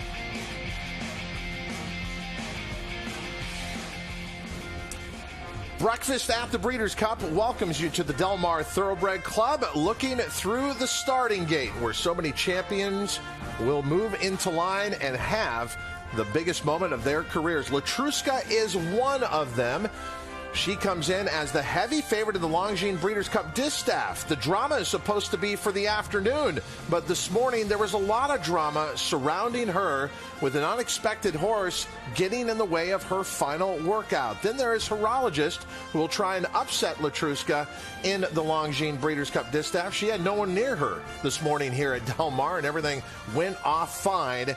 Then there is the weather, fog, up at Santa Anita, where a lot of horses are preparing before they ship down here to Del Mar, and then rain in the Commonwealth of Kentucky, both at Churchill Downs and both at Keeneland Racecourse in Lexington, Kentucky. Welcome to our set on site here at Del Mar. I'm Todd Schrupp, very pleased to be with Simon Bray. We'll talk about the weather, but a lot of people are talking about what happened with Letrusca earlier. She was going off in a solo workout, an unexpected horse joined her. Yeah, I mean, look, it wasn't planned. We caught up with trainer Fausto Gutierrez afterwards, and he didn't seem too happy. I mean, a little frustrated, but it wasn't planned. And this is not ideal, especially on a big stage like this. You've got all the eyes on the workout, including our cameras. We got to catch it live. So, yeah, it was unplanned and unfortunately not what was designed, but it happens. The more I think about it, you know, the other horse, I think, was a Richard Baltas horse. We can tell by the saddle tails. Maybe he's just as upset that they went in company as well, because I'm doing a little detective work up here. This is not confirmed. Baltas worked 2 horses this morning at a half mile, that distance. Bob and Jackie, and took charge. My guess it was Bob and Jackie, who's a pretty good horse, stakes placed on the grass. So, you know, maybe he was just as upset they ended up in company as well. It is video you don't want to miss. For those of you who did not see it live with us earlier here on Breakfast at the Breeders' Cup, we'll come back and recap the most dramatic situation of the morning. But it has been an extended morning up at Santa Anita because of the fog and waiting for it to clear. A lot of workouts delayed on site for us up there. Christina Blacker. Todd, so this has ended up being a very busy time of the morning. We didn't expect too many works at 9 o'clock, but now we have quite a few. The fog is starting to lift. Mean just stepped onto the racetrack as well. She is with Jimmy Barnes and the Palomino Pony. The rider is up, and she is expected to put in her final work any second now. One of the heaviest favorites that we are going to see on the Breeders' Cup program, and the defending champion in the filly and mare sprint is Gemi. So she's on track right now, as is Dr. Schivel, who we mentioned, and Michelle was following a few moments ago. Also out there is Edgeway, Juan Leyva, with his watch. He's also radioed up and has an IFB himself so that he can talk back to John Sadler. And 8 rings for Bob Baffert. Quite a few workers coming your way. It's going to be a fast and furious next few minutes here from Santa Anita, Todd. And we're going to make sense of all of it for you as our cameras are following all these key contenders up in Arcadia, California. It was a different situation down here at Del Mar. As we said, only a handful of horses down here, but some big names. We had Hot Rod Charlie out earlier this morning. We talked about the situation for Letrusca. But this, you know, looking up at Santa Anita, it'd be the equivalent of, say, looking at LAX and trying to keep all these planes in the right spot. That's exactly right. You could see them all at the gap they're waiting to go on. So we know what the plan is going into this one. We heard from Mark Gladson, the assistant trainer. He's going to have a target here to follow. So we know what the plan is, and now we can have the ability to see if it gets executed here perfectly. But like I said, Dr. Schivel, I mean, last time out, he's just, I mean, a blowout win. Good midsummer break. He's not overused this year. He's 3 for 3. All those races here at Del Mar, excuse me, he's undefeated in 3 for 3 at Del Mar, but I think he's just coming into this race in good shape. I was very impressed with his most recent effort. That's him on the outside. Very kind horse to go to the, what we say, the pole where they break off. We saw Bill Mott's horse earlier, gallop once around, pull up and stop. This is more conventional. They started off, they come on the gap. You saw them go down the front side. Now they're down the back side there. It's kind of hard to tell if you're not used to this on the tight shot there. They're down on the back side, and those exercise riders will be communicating to each other, maybe a couple of verbal cues, you know, when to go, because the timing has got to be perfect, not only for the exercise rider aboard Dr. Schivel. The most important part of this work maybe is the lead horse, that he doesn't break off too fast, that he doesn't go too slow. And this is just, I mean, a nice transition from a slow gait of galloping into the work. It's not an aggressive acceleration. They ease into the work, and they've got ahead of the traffic here. So you can see there's no other horses around them. There are a lot of horses coming on the track. They've managed to find a spot. And it's exactly like you said. It's like trying to land a plan at LAX. You've got to find your slot along the rail and kind of jump in and get there. Is Dr. Schivel more eager than his exercise rider wants him to be? I don't think so. You know, he's a sprint horse, and he's in company. This is a high-level athlete that's put in a competitive situation with another horse. You put horses in company to get them competitive. Obviously, in a race, there's, 8, 9 others in there. But that's by design. I mean, he's not getting too aggressive. He's traveling, what they say, on the bridle. So the rider's not asking. The horse is doing it all on his own, and that's what you want to see. When the reins are tight, there's less error that something can go wrong. They can make a misstep. You have control of their head. You're holding on to the horse. These two finishing up just in tandem here. I would say that's a nice final work here. Nothing too much, and just enough to, take the edge off them with the final week left. Dr. Schivel preparing for the Cutter Racing Breeders' Cup Sprint. Bay Colt, 3-year-old by Violence, out of the Mining for Money mare Lil Nugget, bred by Bill Branch in the Commonwealth of Kentucky, Arnold Hill as well. Back here at Del Mar, where all this racing action will take place, and we were talking about the interesting morning that we had here at Del Mar, where unexpectedly Letrusca, she came out for her planned workout. Another horse joined her in the middle of it. Very, very unusual. Sometimes it can happen, as we saw there, with a very busy racetrack that they have at Santa Anita, but did not have that situation here. So this is video you definitely want to see. As mentioned by Christina up at Santa Anita, Gamine is out on the track for trainer Bob Baffert. He's got a lot of key workouts coming up, including Corniche, one of your favorites on Future Stars Friday. But there will be no shorter priced horse, as Christina mentioned, than Gamine in the Breeders' Cup Filly and Mare Sprint. In fact, her presence has led to one of the smallest fields that they've ever had in that race, as there were only 7 pre-entries in there. Gamine took the Breeders' Cup Filly and Mare Sprint last year at Keeneland by 6 1/4 lengths in devastating fashion. And so far this year, she has been undefeated, 4 for 4. She's only lost one time in her career. It was the Kentucky Oaks, and then they just realized she's going to be a much, much better sprinter going around one turn. Bella Sophia is kind of the upstart in the division, a 3-year-old filly that comes in with 3 wins in a row. But it is Gamine who will get all the attention, Simon, with 5 wins in a row. And we know from trainer Bob Baffert, they can work fast in the mornings, but her, knowing how fast she is, her workouts are kind of moderate. Last time out on October 23rd, she went 5 furlongs and 59-1. What are you seeing this morning? Well, I think she has the ability to go not fast, but really fast. So I think you have to really err on the side of caution. I mean, she could go 57 down there, so 59 for her. What we're doing here, she's got a stablemate in front of her. A couple of things to notice about Gamine. She doesn't corner that well, and don't worry about that. She's done that in all her races. You'll see John Velasquez, when he rides her in the afternoon, she'll tilt her head and drift out a little bit. Second thing is, she had a little bit, she was battling a foot issue in the ballerina up at Saratoga last time. She was wearing a plate on a foot when she came into the winner's circle. Many people say, well, she didn't win by open lengths. Maybe she had a little issue. That seems to be behind her now, but look at her. She tips off the turn here. She started well behind her stablemate. You can just see her head is just tilted a little bit to the side there. I don't think you see it as much during the morning because she's not going as fast. Some of it is when she comes around the corner. She's got so much force around that turn, it tends to pull her out. But she is straight and level, and she looks extremely well. This, for her right here, she's probably in about 3rd gear right now.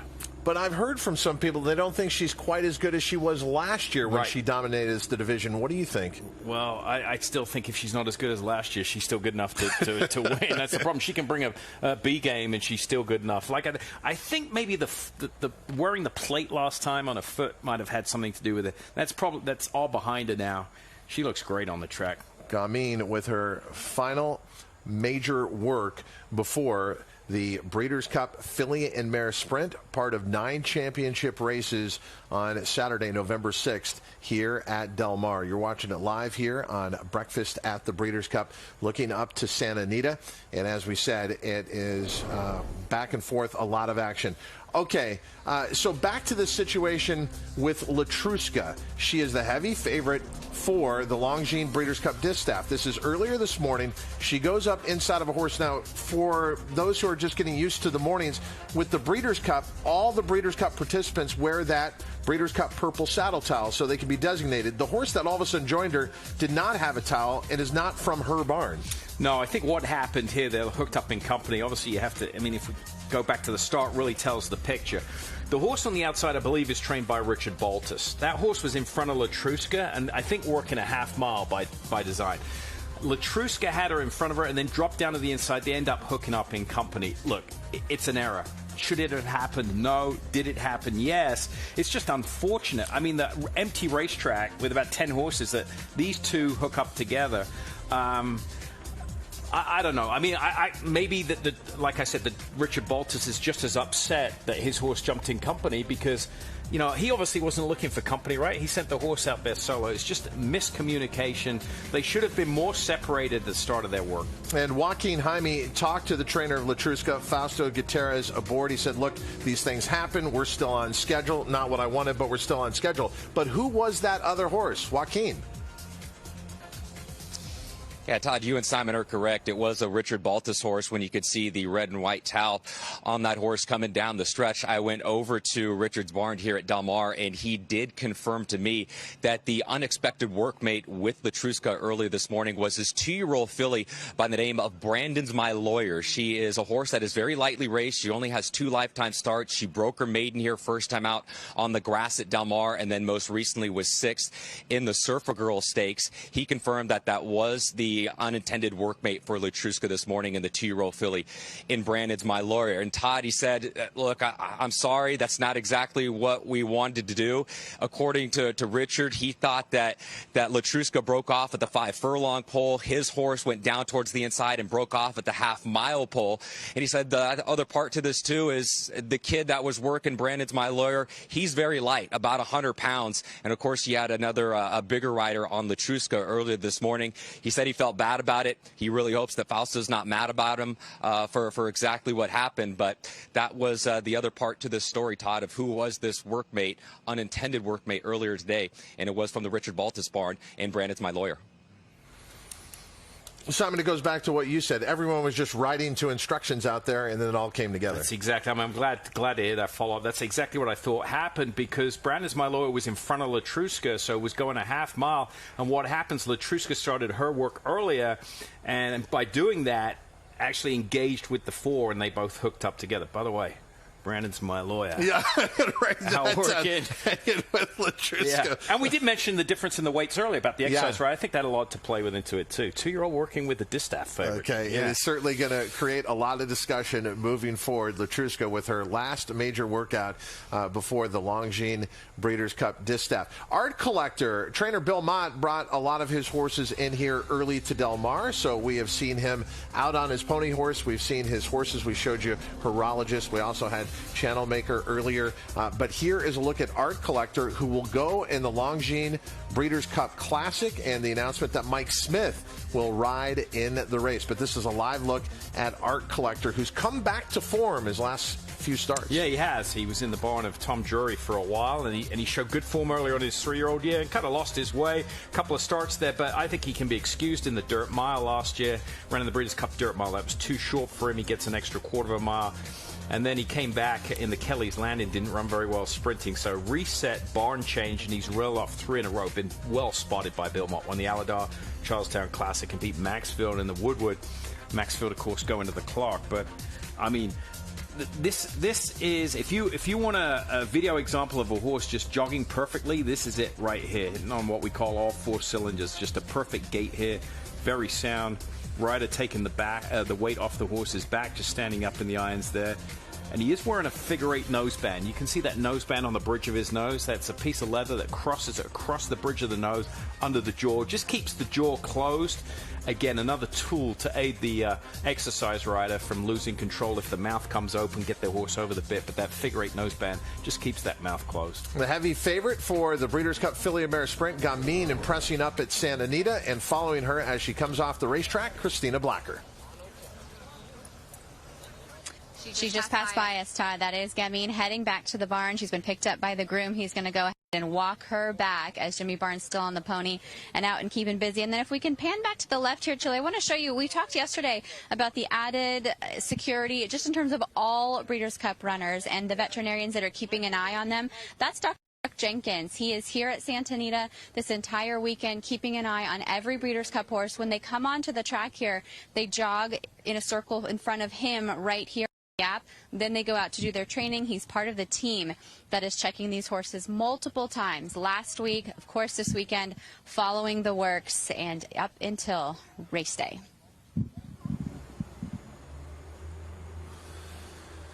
And safety of paramount importance on a daily basis in the world of thoroughbred racing. Every racetrack has protocols in place, and the Breeders' Cup has several protocols in place. And we will get back to Santa Anita with more anticipated workouts coming here at Del Mar. They're starting to wind down the day on the track behind us, but we still have some important workouts ahead that will bring you here when Breakfast at the Breeders' Cup returns in just a moment.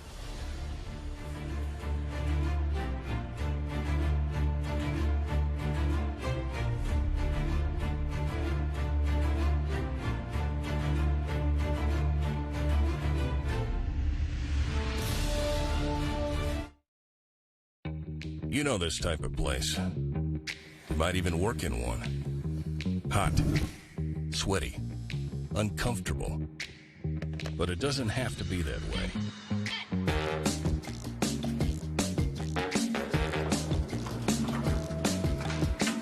Big-ass fans keep you cool, comfortable, and productive in any type of space. So no matter where you are, think big. Get cool.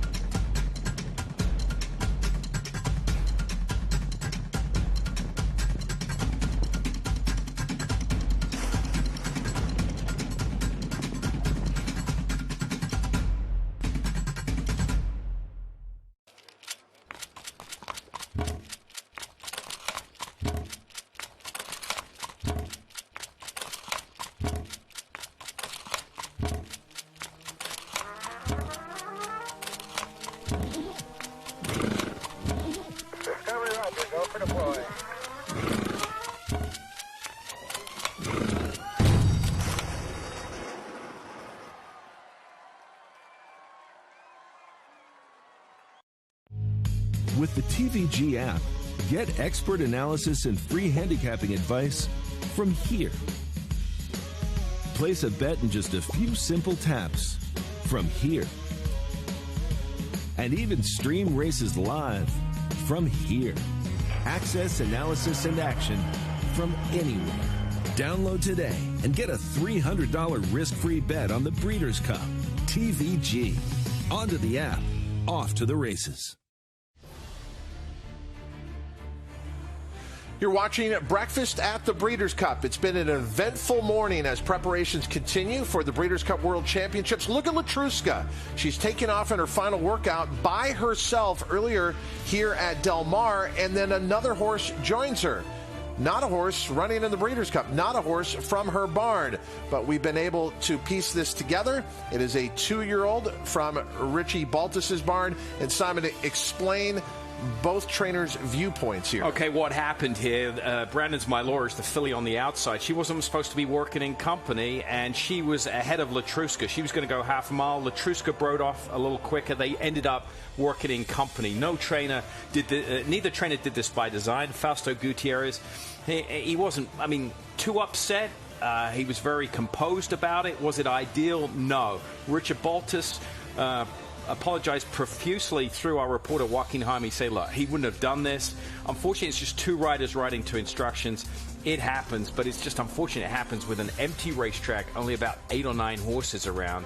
And just timing, you've got to be cognizant. The exercise riders have to be cognizant who's in front of them, who's in behind them when they're dropping down to that rail to work. Unfortunately, it didn't work out as planned, but hopefully everyone comes back safe and it doesn't affect the result. The filly on the outside, Brandon's my lawyer, she won first time out going 5 furlongs, then disappointed in the Surfer Girl going long. She's a sprinter, I think. That's why she showed so much speed in that workout there. And again, putting the perspective on this, Letrusca is one of the best horses in the world. She's going to win an Eclipse Award for Best Older Female Horse. And then we have a horse that very few people had heard about before Right. then. Brandon's my lawyer. So unusual circumstances here at Del Mar, and it is the biggest story of the morning so far. But the stories are still developing. We return once again up to Santa Anita.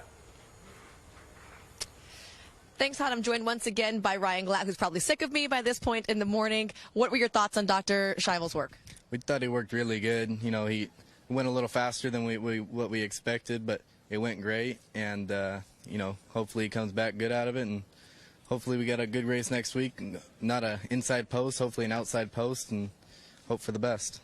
Official time, 58-2, but he's worked that quick before a big performance. Yeah, you know, he's a very good horse, and good horses do good things, so hopefully he comes out of it good and hope for the best next week. We appreciate all the insight this morning. Yep, of course. Guys? Access you can only get here on Breakfast at the Breeders' Cup. Behind-the-scenes looks at all these horses preparing for their championship moments in the Breeders' Cup World Championships coming up Friday, November 5th and Saturday, November 6th here at Del Mar. And Dr. Schivel looking fantastic throughout the morning. Yeah, he's looked great. I mean, look, there's a lot left in the tank there. I mean, he's lightly raced for a major contender here. He's 3 for 3 this year. And you'll see that with sprinters. I think a lot of sprinters perform their best when they're given time between races. They expend so much energy. And, yeah, he looks great. The starting gate at Santa Anita, there will be some horses working out of the gate. We'll return to Arcadia, California, and have more from the site of the Breeders' Cup right here at Del Mar when breakfast at the Breeders' Cup continues right after this. There's something about when you get up early, prep the plane, and you take off, and you get that first light of day. And the air is crystal smooth. You can see forever. You have to have the right aircraft for the right flight with the right crew up front. Only NetJets can do this. The flight dissolves into the background. It should just be the here and now. Introducing the Equibase app with all new features, including Smart Pick, smart handicapping made easy. Choose your track, choose your race, and then go to Smart Pick. Select your level of risk, the size of your wager, and which of these 3 strategies you want to emphasize. Smart Pick will then tailor your very own selection and bet amount. It couldn't be easier. Smart Pick, one of the exciting new features in the Equibase app. Download it free of charge today.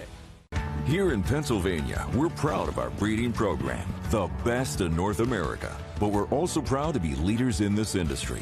The PA Horse Breeders Association is funding cutting-edge research at Penn Vet into equine health and safety. And we endorse the SAFE Act to help protect the most vulnerable horses. Plus, we're pleased to support the aftercare programs set up by our horsemen's groups. Just a few of the reasons why you should join us in Pennsylvania, the premier place to breed and race. A Grade 1 winner on both dirt and turf, War of Will became a classic winner with this victory in the Preakness Stakes.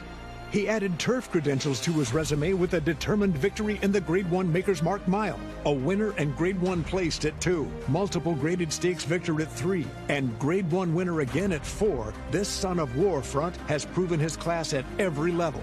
A classic winner with a stallion's pedigree. War of Will, standing in at Claiborne Farm.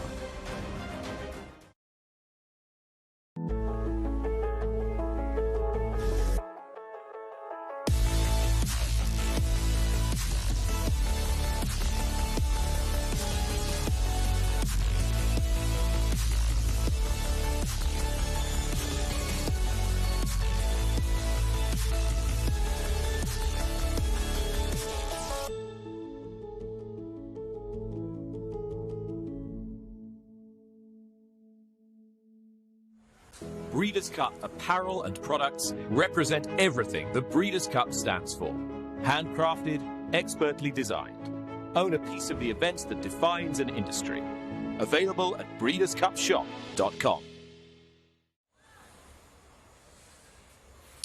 When we come to the Breeders' Cup each year, it's a time to reflect on the year that was, even with the big races ahead. And when they look back at the 2021 racing season, it will be a win by Mike McCarthy and the Preakness that people will remember for quite some time to come, especially with his words afterwards. Standing by with that trainer up at Santa Anita right now, Michelle Yu. Thank you so much, Todd. Michael, want to talk about the work you put in for your contenders this morning, CC and Smooth Like Straight. These two work in company frequently. You opted not to today. Why not? I was just looking for a little bit of maintenance from both of them, easy leg stretchers. Plenty of fog here this morning. Hard to see exactly how they went. The short space that I did see them looked like both went very well. What were you wanting when you say a maintenance leg stretcher? Do you give like a time, or you just say, you know, let them go on their own pace? Both of my riders said that they shaved 101, so that's kind of what I was looking for. Their attitudes are great. They couldn't be coming into the races any better. Appreciate the time you've taken with us. Thank you. Guys? We wish Michael McCarthy the best of luck over the 2 days here at the Breeders' Cup, Friday, November 5th and Saturday, November 6th. One thing that he will be looking at is his trainer's chart and his barn. And as Simon Bray told us about yesterday. The trainer's chart is something that every trainer has, and it helps keep them organized, especially if you bump your camera and then you get half my view. But there is a full view of Simon Bray talking about his trainer's chart. Yeah, thanks very much, Todd. As mentioned yesterday, we're going to follow a select group of horses throughout the week leading up to the Breeders' Cup of a typical training chart of what the trainers go through. Obviously, this is a snapshot of a week. Most trainers have a month planned out in advance, with the key goal being, a race or the Breeders' Cup, and working backwards from there. This is how we left it yesterday, okay? This is how we left it yesterday with Friday gallopers, for the most part, Medina Spirit with the work. We also were scheduled to work Essential Quality and Knicks Go today. That didn't happen, so we have to call an audible there, and we have to take those out of the mix there. So those works got canceled, and what happened today is that they went ahead and galloped. So the works got canceled. They galloped today with the rain at Keeneland. They are now scheduled to work tomorrow, so we'll slot that in there, the workouts tomorrow. Hot Rod Charlie, you saw him earlier today. He worked with Flavian Pratt aboard. He worked 7/8 of a mile. That was the official time. I think Doug O'Neill wanted 5/8 3/4. The official time they gave him was 7/8. Yesterday, Medina Spirit worked. What did he do today? As is typical, usually a jog day, an easy day, or a walk. He actually walked up at Santa Anita. He didn't come out of the barn. As is typical after most workouts, they'll go over the horses with a fine-tooth comb, the maximum amount of exercise, a walk or a jog. He walked. Jackie's Warrior galloped this morning. He's scheduled to work tomorrow. So the final work for him in place. Letrusca, she galloped yesterday, and we don't have to remark about what she did this morning. She went a half mile, 5/8 work. She'll probably walk tomorrow. So 2 or 3 workouts in play have already taken place. Hot Rod Charlie, Medina Spirit, Letrusca. Scheduled tomorrow is Essential Quality, Knicks Go, and Jackie's Warrior, and then we'll just lead them on into the rest of the week. So after tomorrow, after Sunday, most of that major work is done, Todd, and we'll head into those final preparations. And we will have all those workouts as well as any breaking news around the Breeders' Cup here on Breakfast at the Breeders' Cup. We're still not done on this edition. We'll be back with more from the Del Mar Thoroughbred Club, including up at Santa Anita, right after this.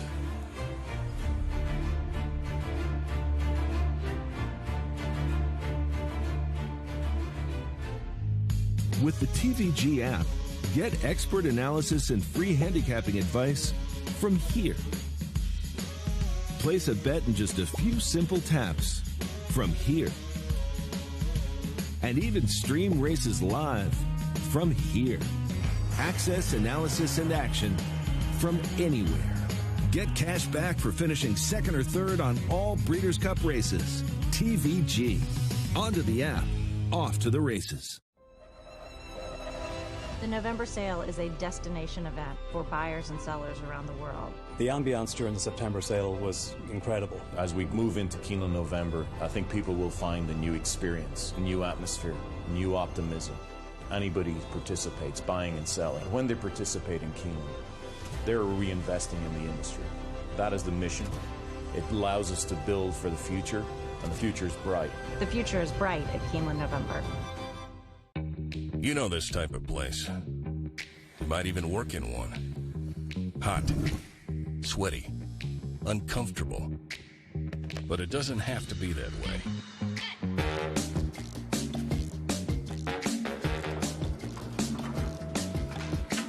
Big-ass fans keep you cool, comfortable, and productive in any type of space. So no matter where you are, think big. Get cool.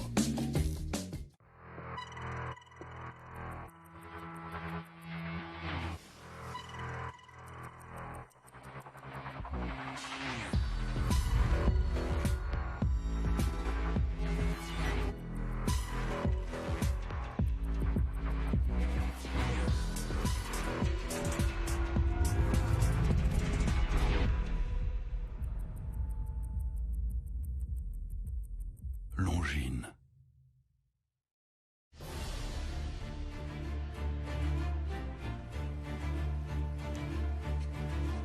I'm joined right now by trainer Steve Miyati, who sent out Lieutenant Dan to his final work yesterday. Steve, you said you wanted to wait and you would talk to me today. It is now today. Tell me what you thought of the work. It was an okay work. I told him to go a little bit easier, but, you know, it's Giovanni. We're just lucky he was within a second, one way or the other. But it was all right. He went a little bit further than the half mile. We started him a little early, and he galloped out stronger. So he looks good. He's shipping today. Tell me a little bit about his turnaround this year. Was it just time and maybe some mental forwarding that happened with him? He was always a big-framed horse who never really filled it. And like I told Nick, I was waiting for him to... He doesn't look skinny, but he's always had this big frame on him. And when he was a young horse, he was just so forward that we just, kept on running him. And he really hasn't filled it out yet. And he is what he is. I mean, but I don't want him to gain any more weight because, when they're too heavy, they're too heavy. But just maturity on that. He was always a little goofing around a lot on his leads and things, and he's kind of straightened that out. So you feel like you're going the Breeders' Cup with a much more in-tuned horse? Yeah. He came back a lot more focused, more serious. He was always goofing around in his works. And now if you put him in company, it's no good. He wants to roll. So we don't put him in company anymore. I appreciate you taking the time out and keeping your promise. No worries. Steve Miyati will have Lieutenant Dan in the turf sprint. Calbreds have had an excellent record in that particular race. I would say I love his sense of humor, but that's him. Like, he's not being sarcastic in any way. Yeah, but it's Giovanni. Yeah.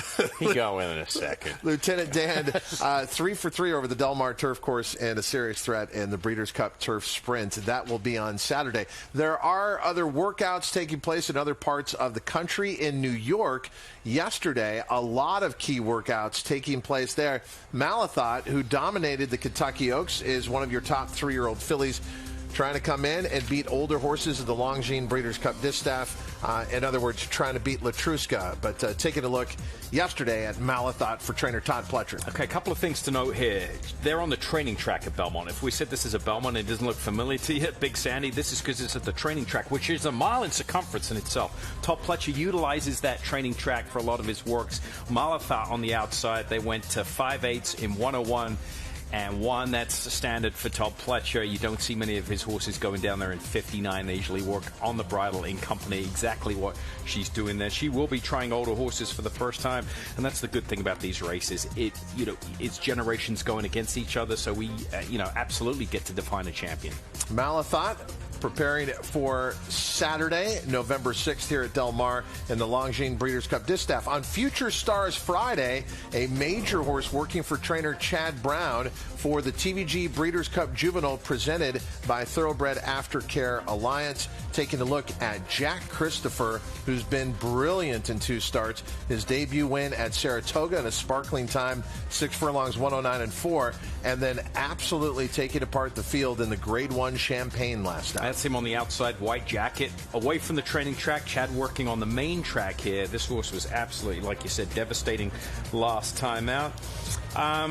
Going to be going around 2 turns for the first time. That's going to be the question mark here, but see how that plays out. But again, look, I mean, just with the ease this horse is going, looks like he's got a figure-8 noseband on there across his big white face. I mean, absolute cruise control. Hate to use the cliche, rider doing nothing, just sitting there, staying out of the horse's way. Very professional-looking effort for a young horse. In New York yesterday, Jack Christopher, if he can handle the 2 turns, he's definitely the horse to beat in the TVG Breeders' Cup Juvenile presented by Thoroughbred Aftercare Alliance. Chad Brown also had Royal Flag out yesterday morning. Now, this is kind of interesting because Royal Flag is scheduled to go in the Longines Breeders' Cup Distaff, but I am watching a workout over the turf. So no, that's a Christophe Clement horse right there. That's a Christophe Clement. You're amazing. Yeah. I mean, I'm just looking at... I'm watching that for the It's a turf work. That doesn't make sense. You are able to pick out who it actually is. Yeah, and I'll tell you why. Should I tell you why? There's a little trick to that. Yeah, did you see the blanket that horse was wearing? European blanket. You won't see any North American trainers do that. Of course, my association with Christophe goes back to when I came to the States, the blue and yellow blanket there. And then the big CC, I think, when it came by, gave it away. But that's a Christophe Clement. No better wingman than you. You're welcome. Thank you very much, ladies and gentlemen. Simon Bray. Life is good. Life is good. Also working out at Belmont Park. Now in the barn of trainer Todd Pletcher. This horse was brilliant at Del Mar for his previous barn, Bob Baffert. How has he been for trainer Todd Pletcher as he prepares for the Big Ass Fans Breeders' Cup Dirt Mile? Really good. I mean, this is a very good horse. He's going to be favored in this race, right? I mean, I don't see any way around it. He's been so good. He's going to get a challenge from Ginobili in there, but he's a horse that's up-tempo, can't work in company. You can see why. If you worked him in company, he would be long gone. I thought his race in the Allen's Jerkins was great. They threw it down, 21.44, came up a next short, needed it, propelled that into a blowout win, sitting on a good effort in the Kelso.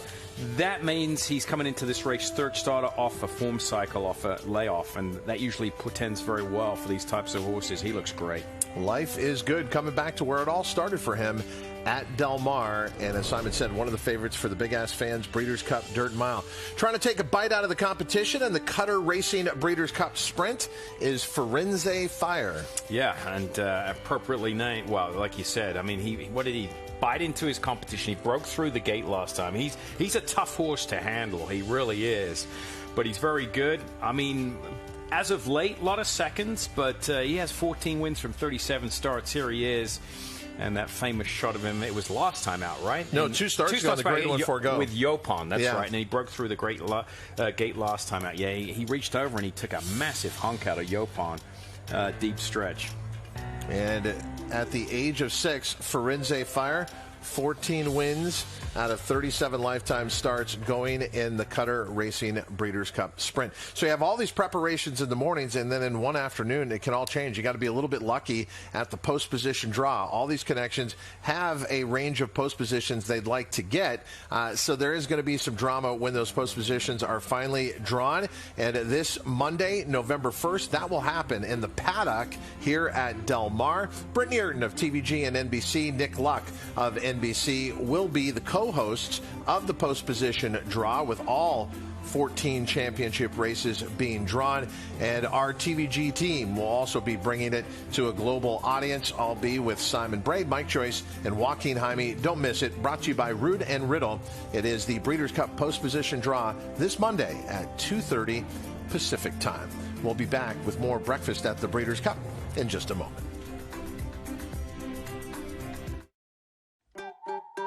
When a new wave calls, you answer. When adventure calls, you answer. When the surf calls, you paddle out. When sunsets call, you find the best view. When the sand in your toes calls, you put more sand between them. When the ocean calls, you wave hello. Because when happiness calls, you answer. San Diego Happiness is calling you back.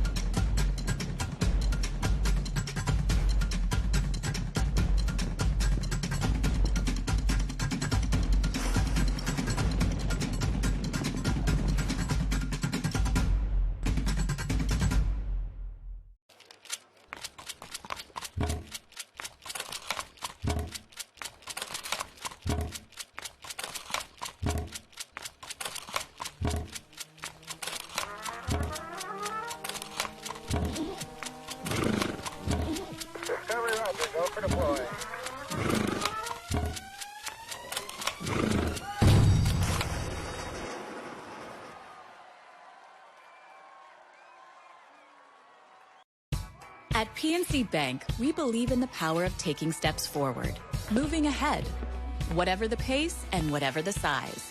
That's why we set out to help make it easier for everyone to move forward financially. With small business, personal banking, wealth, and corporate solutions that help you reach your goals and plan for the future. It's a girl. We're doing everything we can to help you get where you want to be. Because sometimes a little help is all you need. See how we can make a difference for you at PNC Bank. And now Victor Espinosa starts to pump on him and says, let's go. On the far turn, they're in front by 2. F&X continues to chase. And then comes Frosted and Tonalist. And they're all put to full-out drives. And American Pharoah is getting away. And they're into the stretch. And American Pharoah has a 4-length lead. F&X is second. And then it's Frosted, Tonalist, and Honor Code. American Pharoah comes into his final furlong. And he's got a 6-length lead as they come to the wire. A Triple Crown winner, a Breeders' Cup winner, a horse of a lifetime. American Pharoah has won the Breeders' Cup Classic over F&X and Honor Code in a final time of 2 minutes. Larry Colmus with a memorable call of one of the outstanding performances, one of the best we've ever seen in the Breeders' Cup Classic. That was American Pharoah taking the Classic the first time they held the Breeders' Cup at Keeneland. There was no idea of a Triple Crown until Sir Barton pulled it off, the idea of winning the Kentucky Derby, the Preakness, and the Belmont.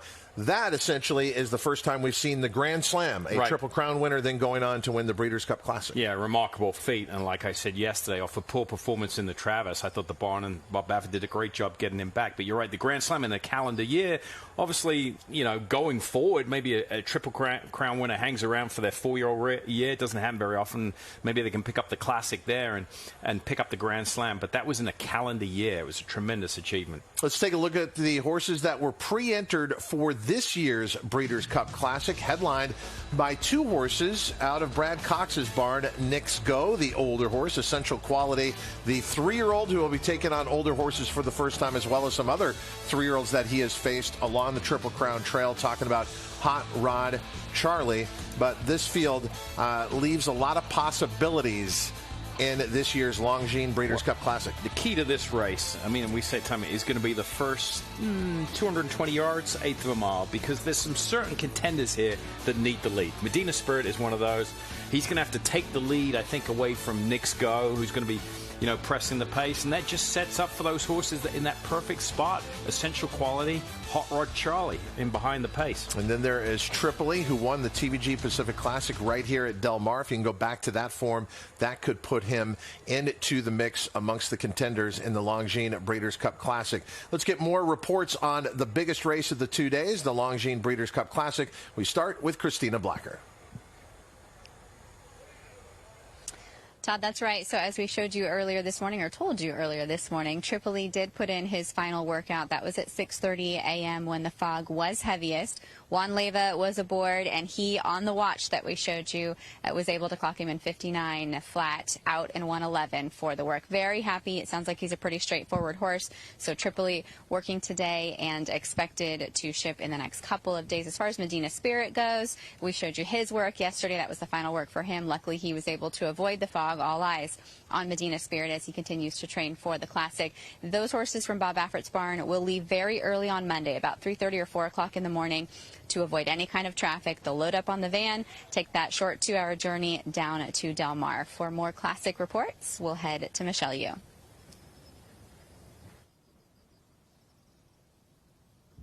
Thanks so much, Christina. On my Classic report, Express Train from the John Sheriff's barn. He did go out today for a very robust gallop, at least the part that I got to see due to the fog. He is scheduled to work tomorrow. Victor Espinosa will be aboard, and right now the time is tentatively at the 7:45 block, so we'll keep an eye on that. He also has Astronaut to go tomorrow as well, but Victor said he will not be aboard for that work because he doesn't normally ride that horse. But we'll be looking for Express Train's final paces tomorrow with Victor Espinosa up. Guys, back to you.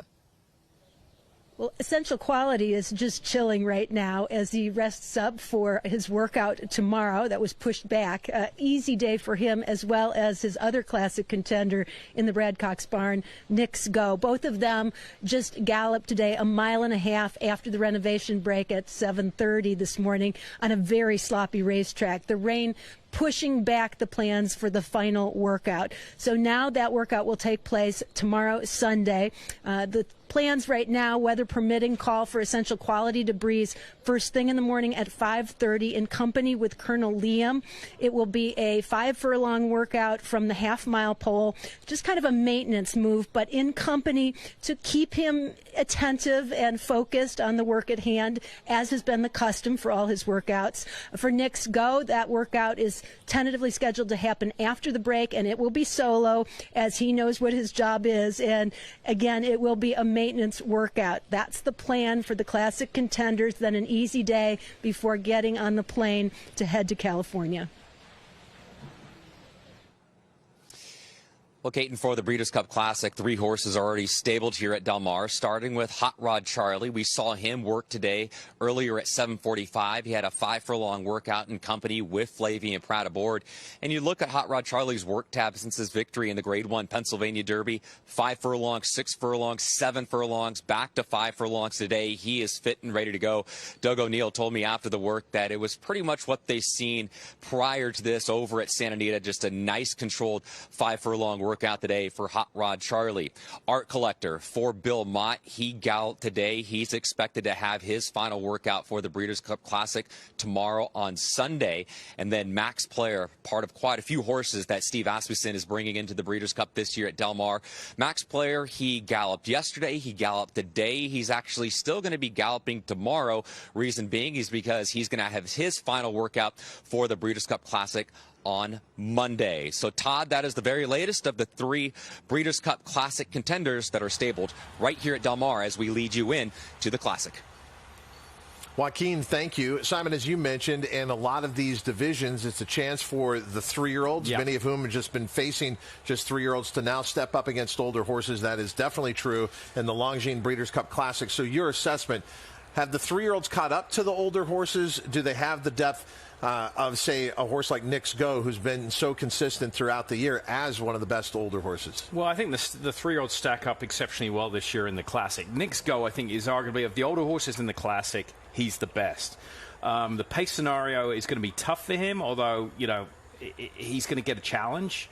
And I think the 1.25 mile be interesting to see how he handles that. But to me, the 3-year-olds provide depth. There could be a situation here, to me, where 3-year-olds run 1, 2, 3 in the Classic here if Knicks Go doesn't. Really? I see that. I see that. I see Essential Quality, see Hot Rod Charlie, absolutely, and Medina Spirit, you know, being in the mix as well. So I don't think Tripoli, Art Collector, Idol, they're good older horses, but I don't think they stack up as really a top-class bunch of older horses. I think it's time now for the 3-year-olds to come in and take that mantle. There's been a lot of juxtaposition, as you would imagine, throughout the year when it comes to the rankings in this division. Media members voting on this throughout the year. So with each big performance, a horse will move up. With each performance where a horse does not run particularly well, they'll drop down. But when you look at this list, Essential Quality has been up there quite often. Number 1 now in the Breeders' Cup Classic final rankings. Knicks Go has taken his turn at the top and always been in the top as well. Maxfield, as we mentioned, many thought he'd go to the Breeders' Cup Classic. He's going to opt for the Clark, as Simon mentioned at the top of the show. And Tripoli, winner of the TVG Pacific Classic. Then last time out in the Awesome again, had it handed to him by Medina Spirit. It is a fantastic group, but when you look at the final rankings, most of those horses are represented in this year's Longines Breeders' Cup Classic. Knicks Go, going to be one of the favorites this year, owned by Korea Racing Authority, and with the racing manager of Knicks Go, Caton Bradar. June Park was on hand to see what might have been a work, except for the weather, but instead he watched Knicks Go train this morning. What did you see? He's a strong horse. He likes to work, yeah, and I can see that he's pulling the rider, yeah. He appears to be coming into the Classic as good as ever. He's a horse that puts everything out there every time he runs, but you've had to be more than pleased with the way everything has turned out this year. Yeah, I think he did. You know, every single race he did his best. You know, we were very, very pleased with that.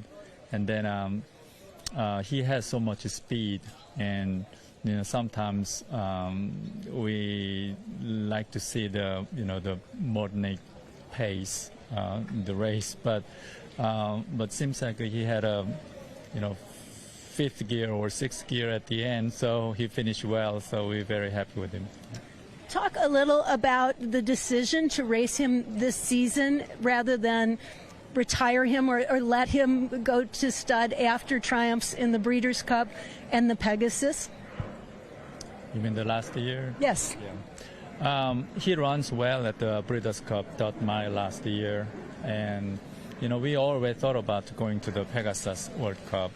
We thought he's going to like that Gulfstream, the racetrack. So, after the Breeders' Cup, and we regroup and review with the Brad Cox, and probably we give him one more shot. And then at that time, we also not quite ready for the stud plan. So, we decide to roll the dice one more year. There are some critics who question whether he can handle the 1.25 miles. What is your opinion? What tells you that perhaps he can? That's a very difficult question. I think that's everybody's in mind, I'm sure. I think he will handle it because probably the another concern is I don't know how he handled the surface at Del Mar, but I think the distance will be okay for him. What does Joel Rosario tell you about him? He always show himself whenever you ask him. It's never disappointed. So I think especially last race here, the Lucas Classic, we haven't seen his bottom yet. So we are very excited, how much he has. So that makes me even more excited going to watch the Breeders' Cup Classic. Well, he certainly hasn't disappointed up till now. Hopefully, we'll get a little break in the weather and watch him tomorrow in his workout and wish him well as he heads to Del Mar. But second in the Breeders' Cup Juvenile, a win in the Breeders' Cup Mile, and one of the favorites leading into the Breeders' Cup Classic. Continued success. Best of luck. Thank you very much. Thank you. Knicks Go, going for the Classic.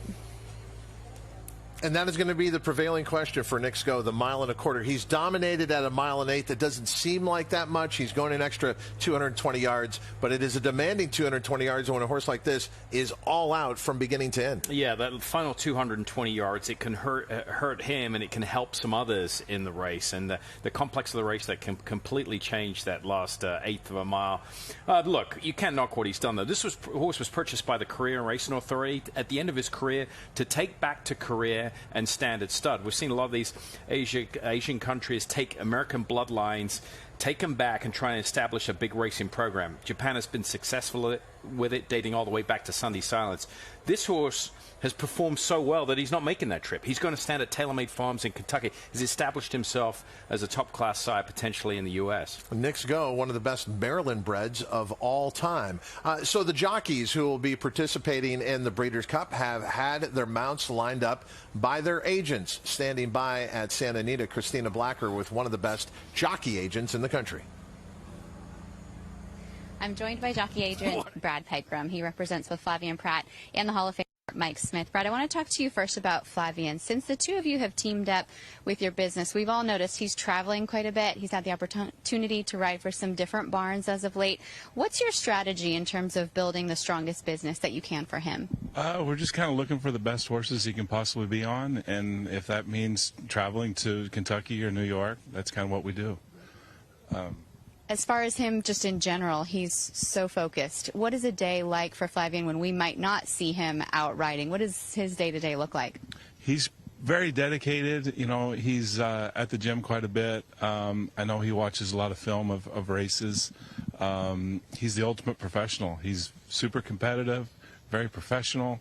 He takes his body serious. He works out.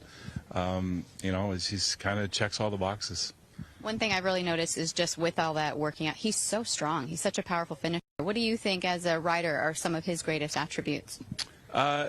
Without a doubt, his finish is very strong. He's got exceptional hands. His horses are always in a position to win a race. If you watch and see at the quarter pole, they're always within striking distance, or he's always got them in a position to win a race. Looking forward to the Breeders' Cup. He has quite a few mounts, and all of that traveling, I'm sure, has established these relationships to bring that business to you. What has it been like for you to kind of shake out who he's actually going to be on in every race? It's been pretty straightforward, hasn't been too complicated. We had a few races where he was doubled up, but for the most part, it's all gone kind of smoothly. You also represent Hall of Famer Mike Smith and have for some of the best years of his career, a lot of exciting celebrations year in, year out. A recent development as far as Breeders' Cup goes is that he will be a board art collector for Bill Mott. How did that come about?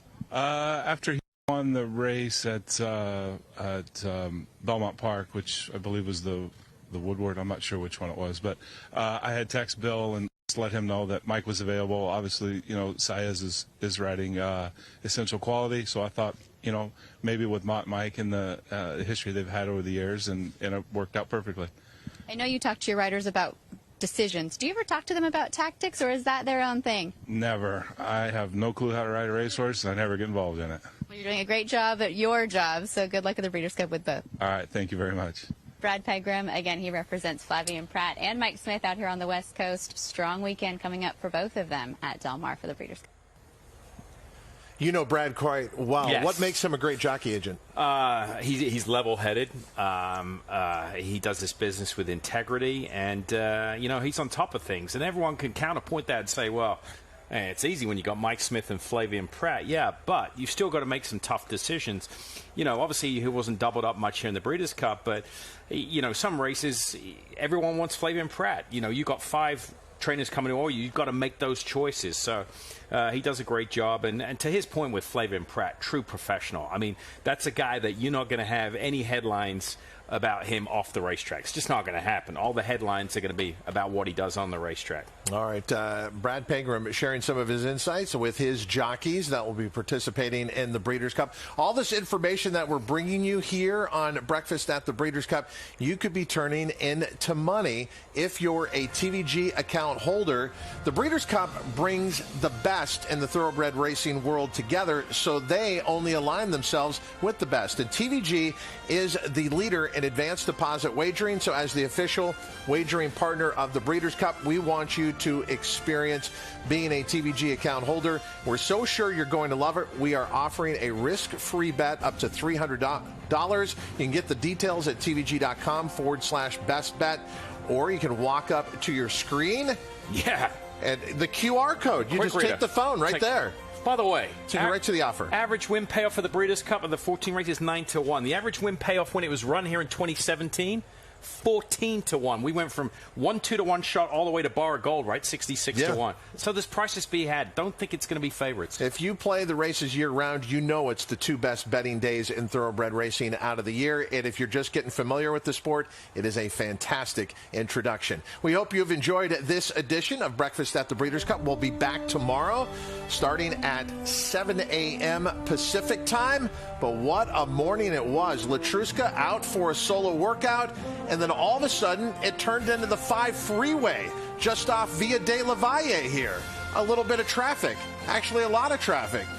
Jumping in, someone late into Letrusca's work here at Del Mar. It's the big story coming out of this Saturday, but so many big stories ahead as we count down to the 38th edition of the Breeders' Cup World Championships, Friday, November 5th and Saturday, November 6th here at Del Mar. I'm Todd Schrupp on behalf of our entire staff and those at America's Horse Racing Network, TVG. Until next time, may all your photo finishes be winning ones.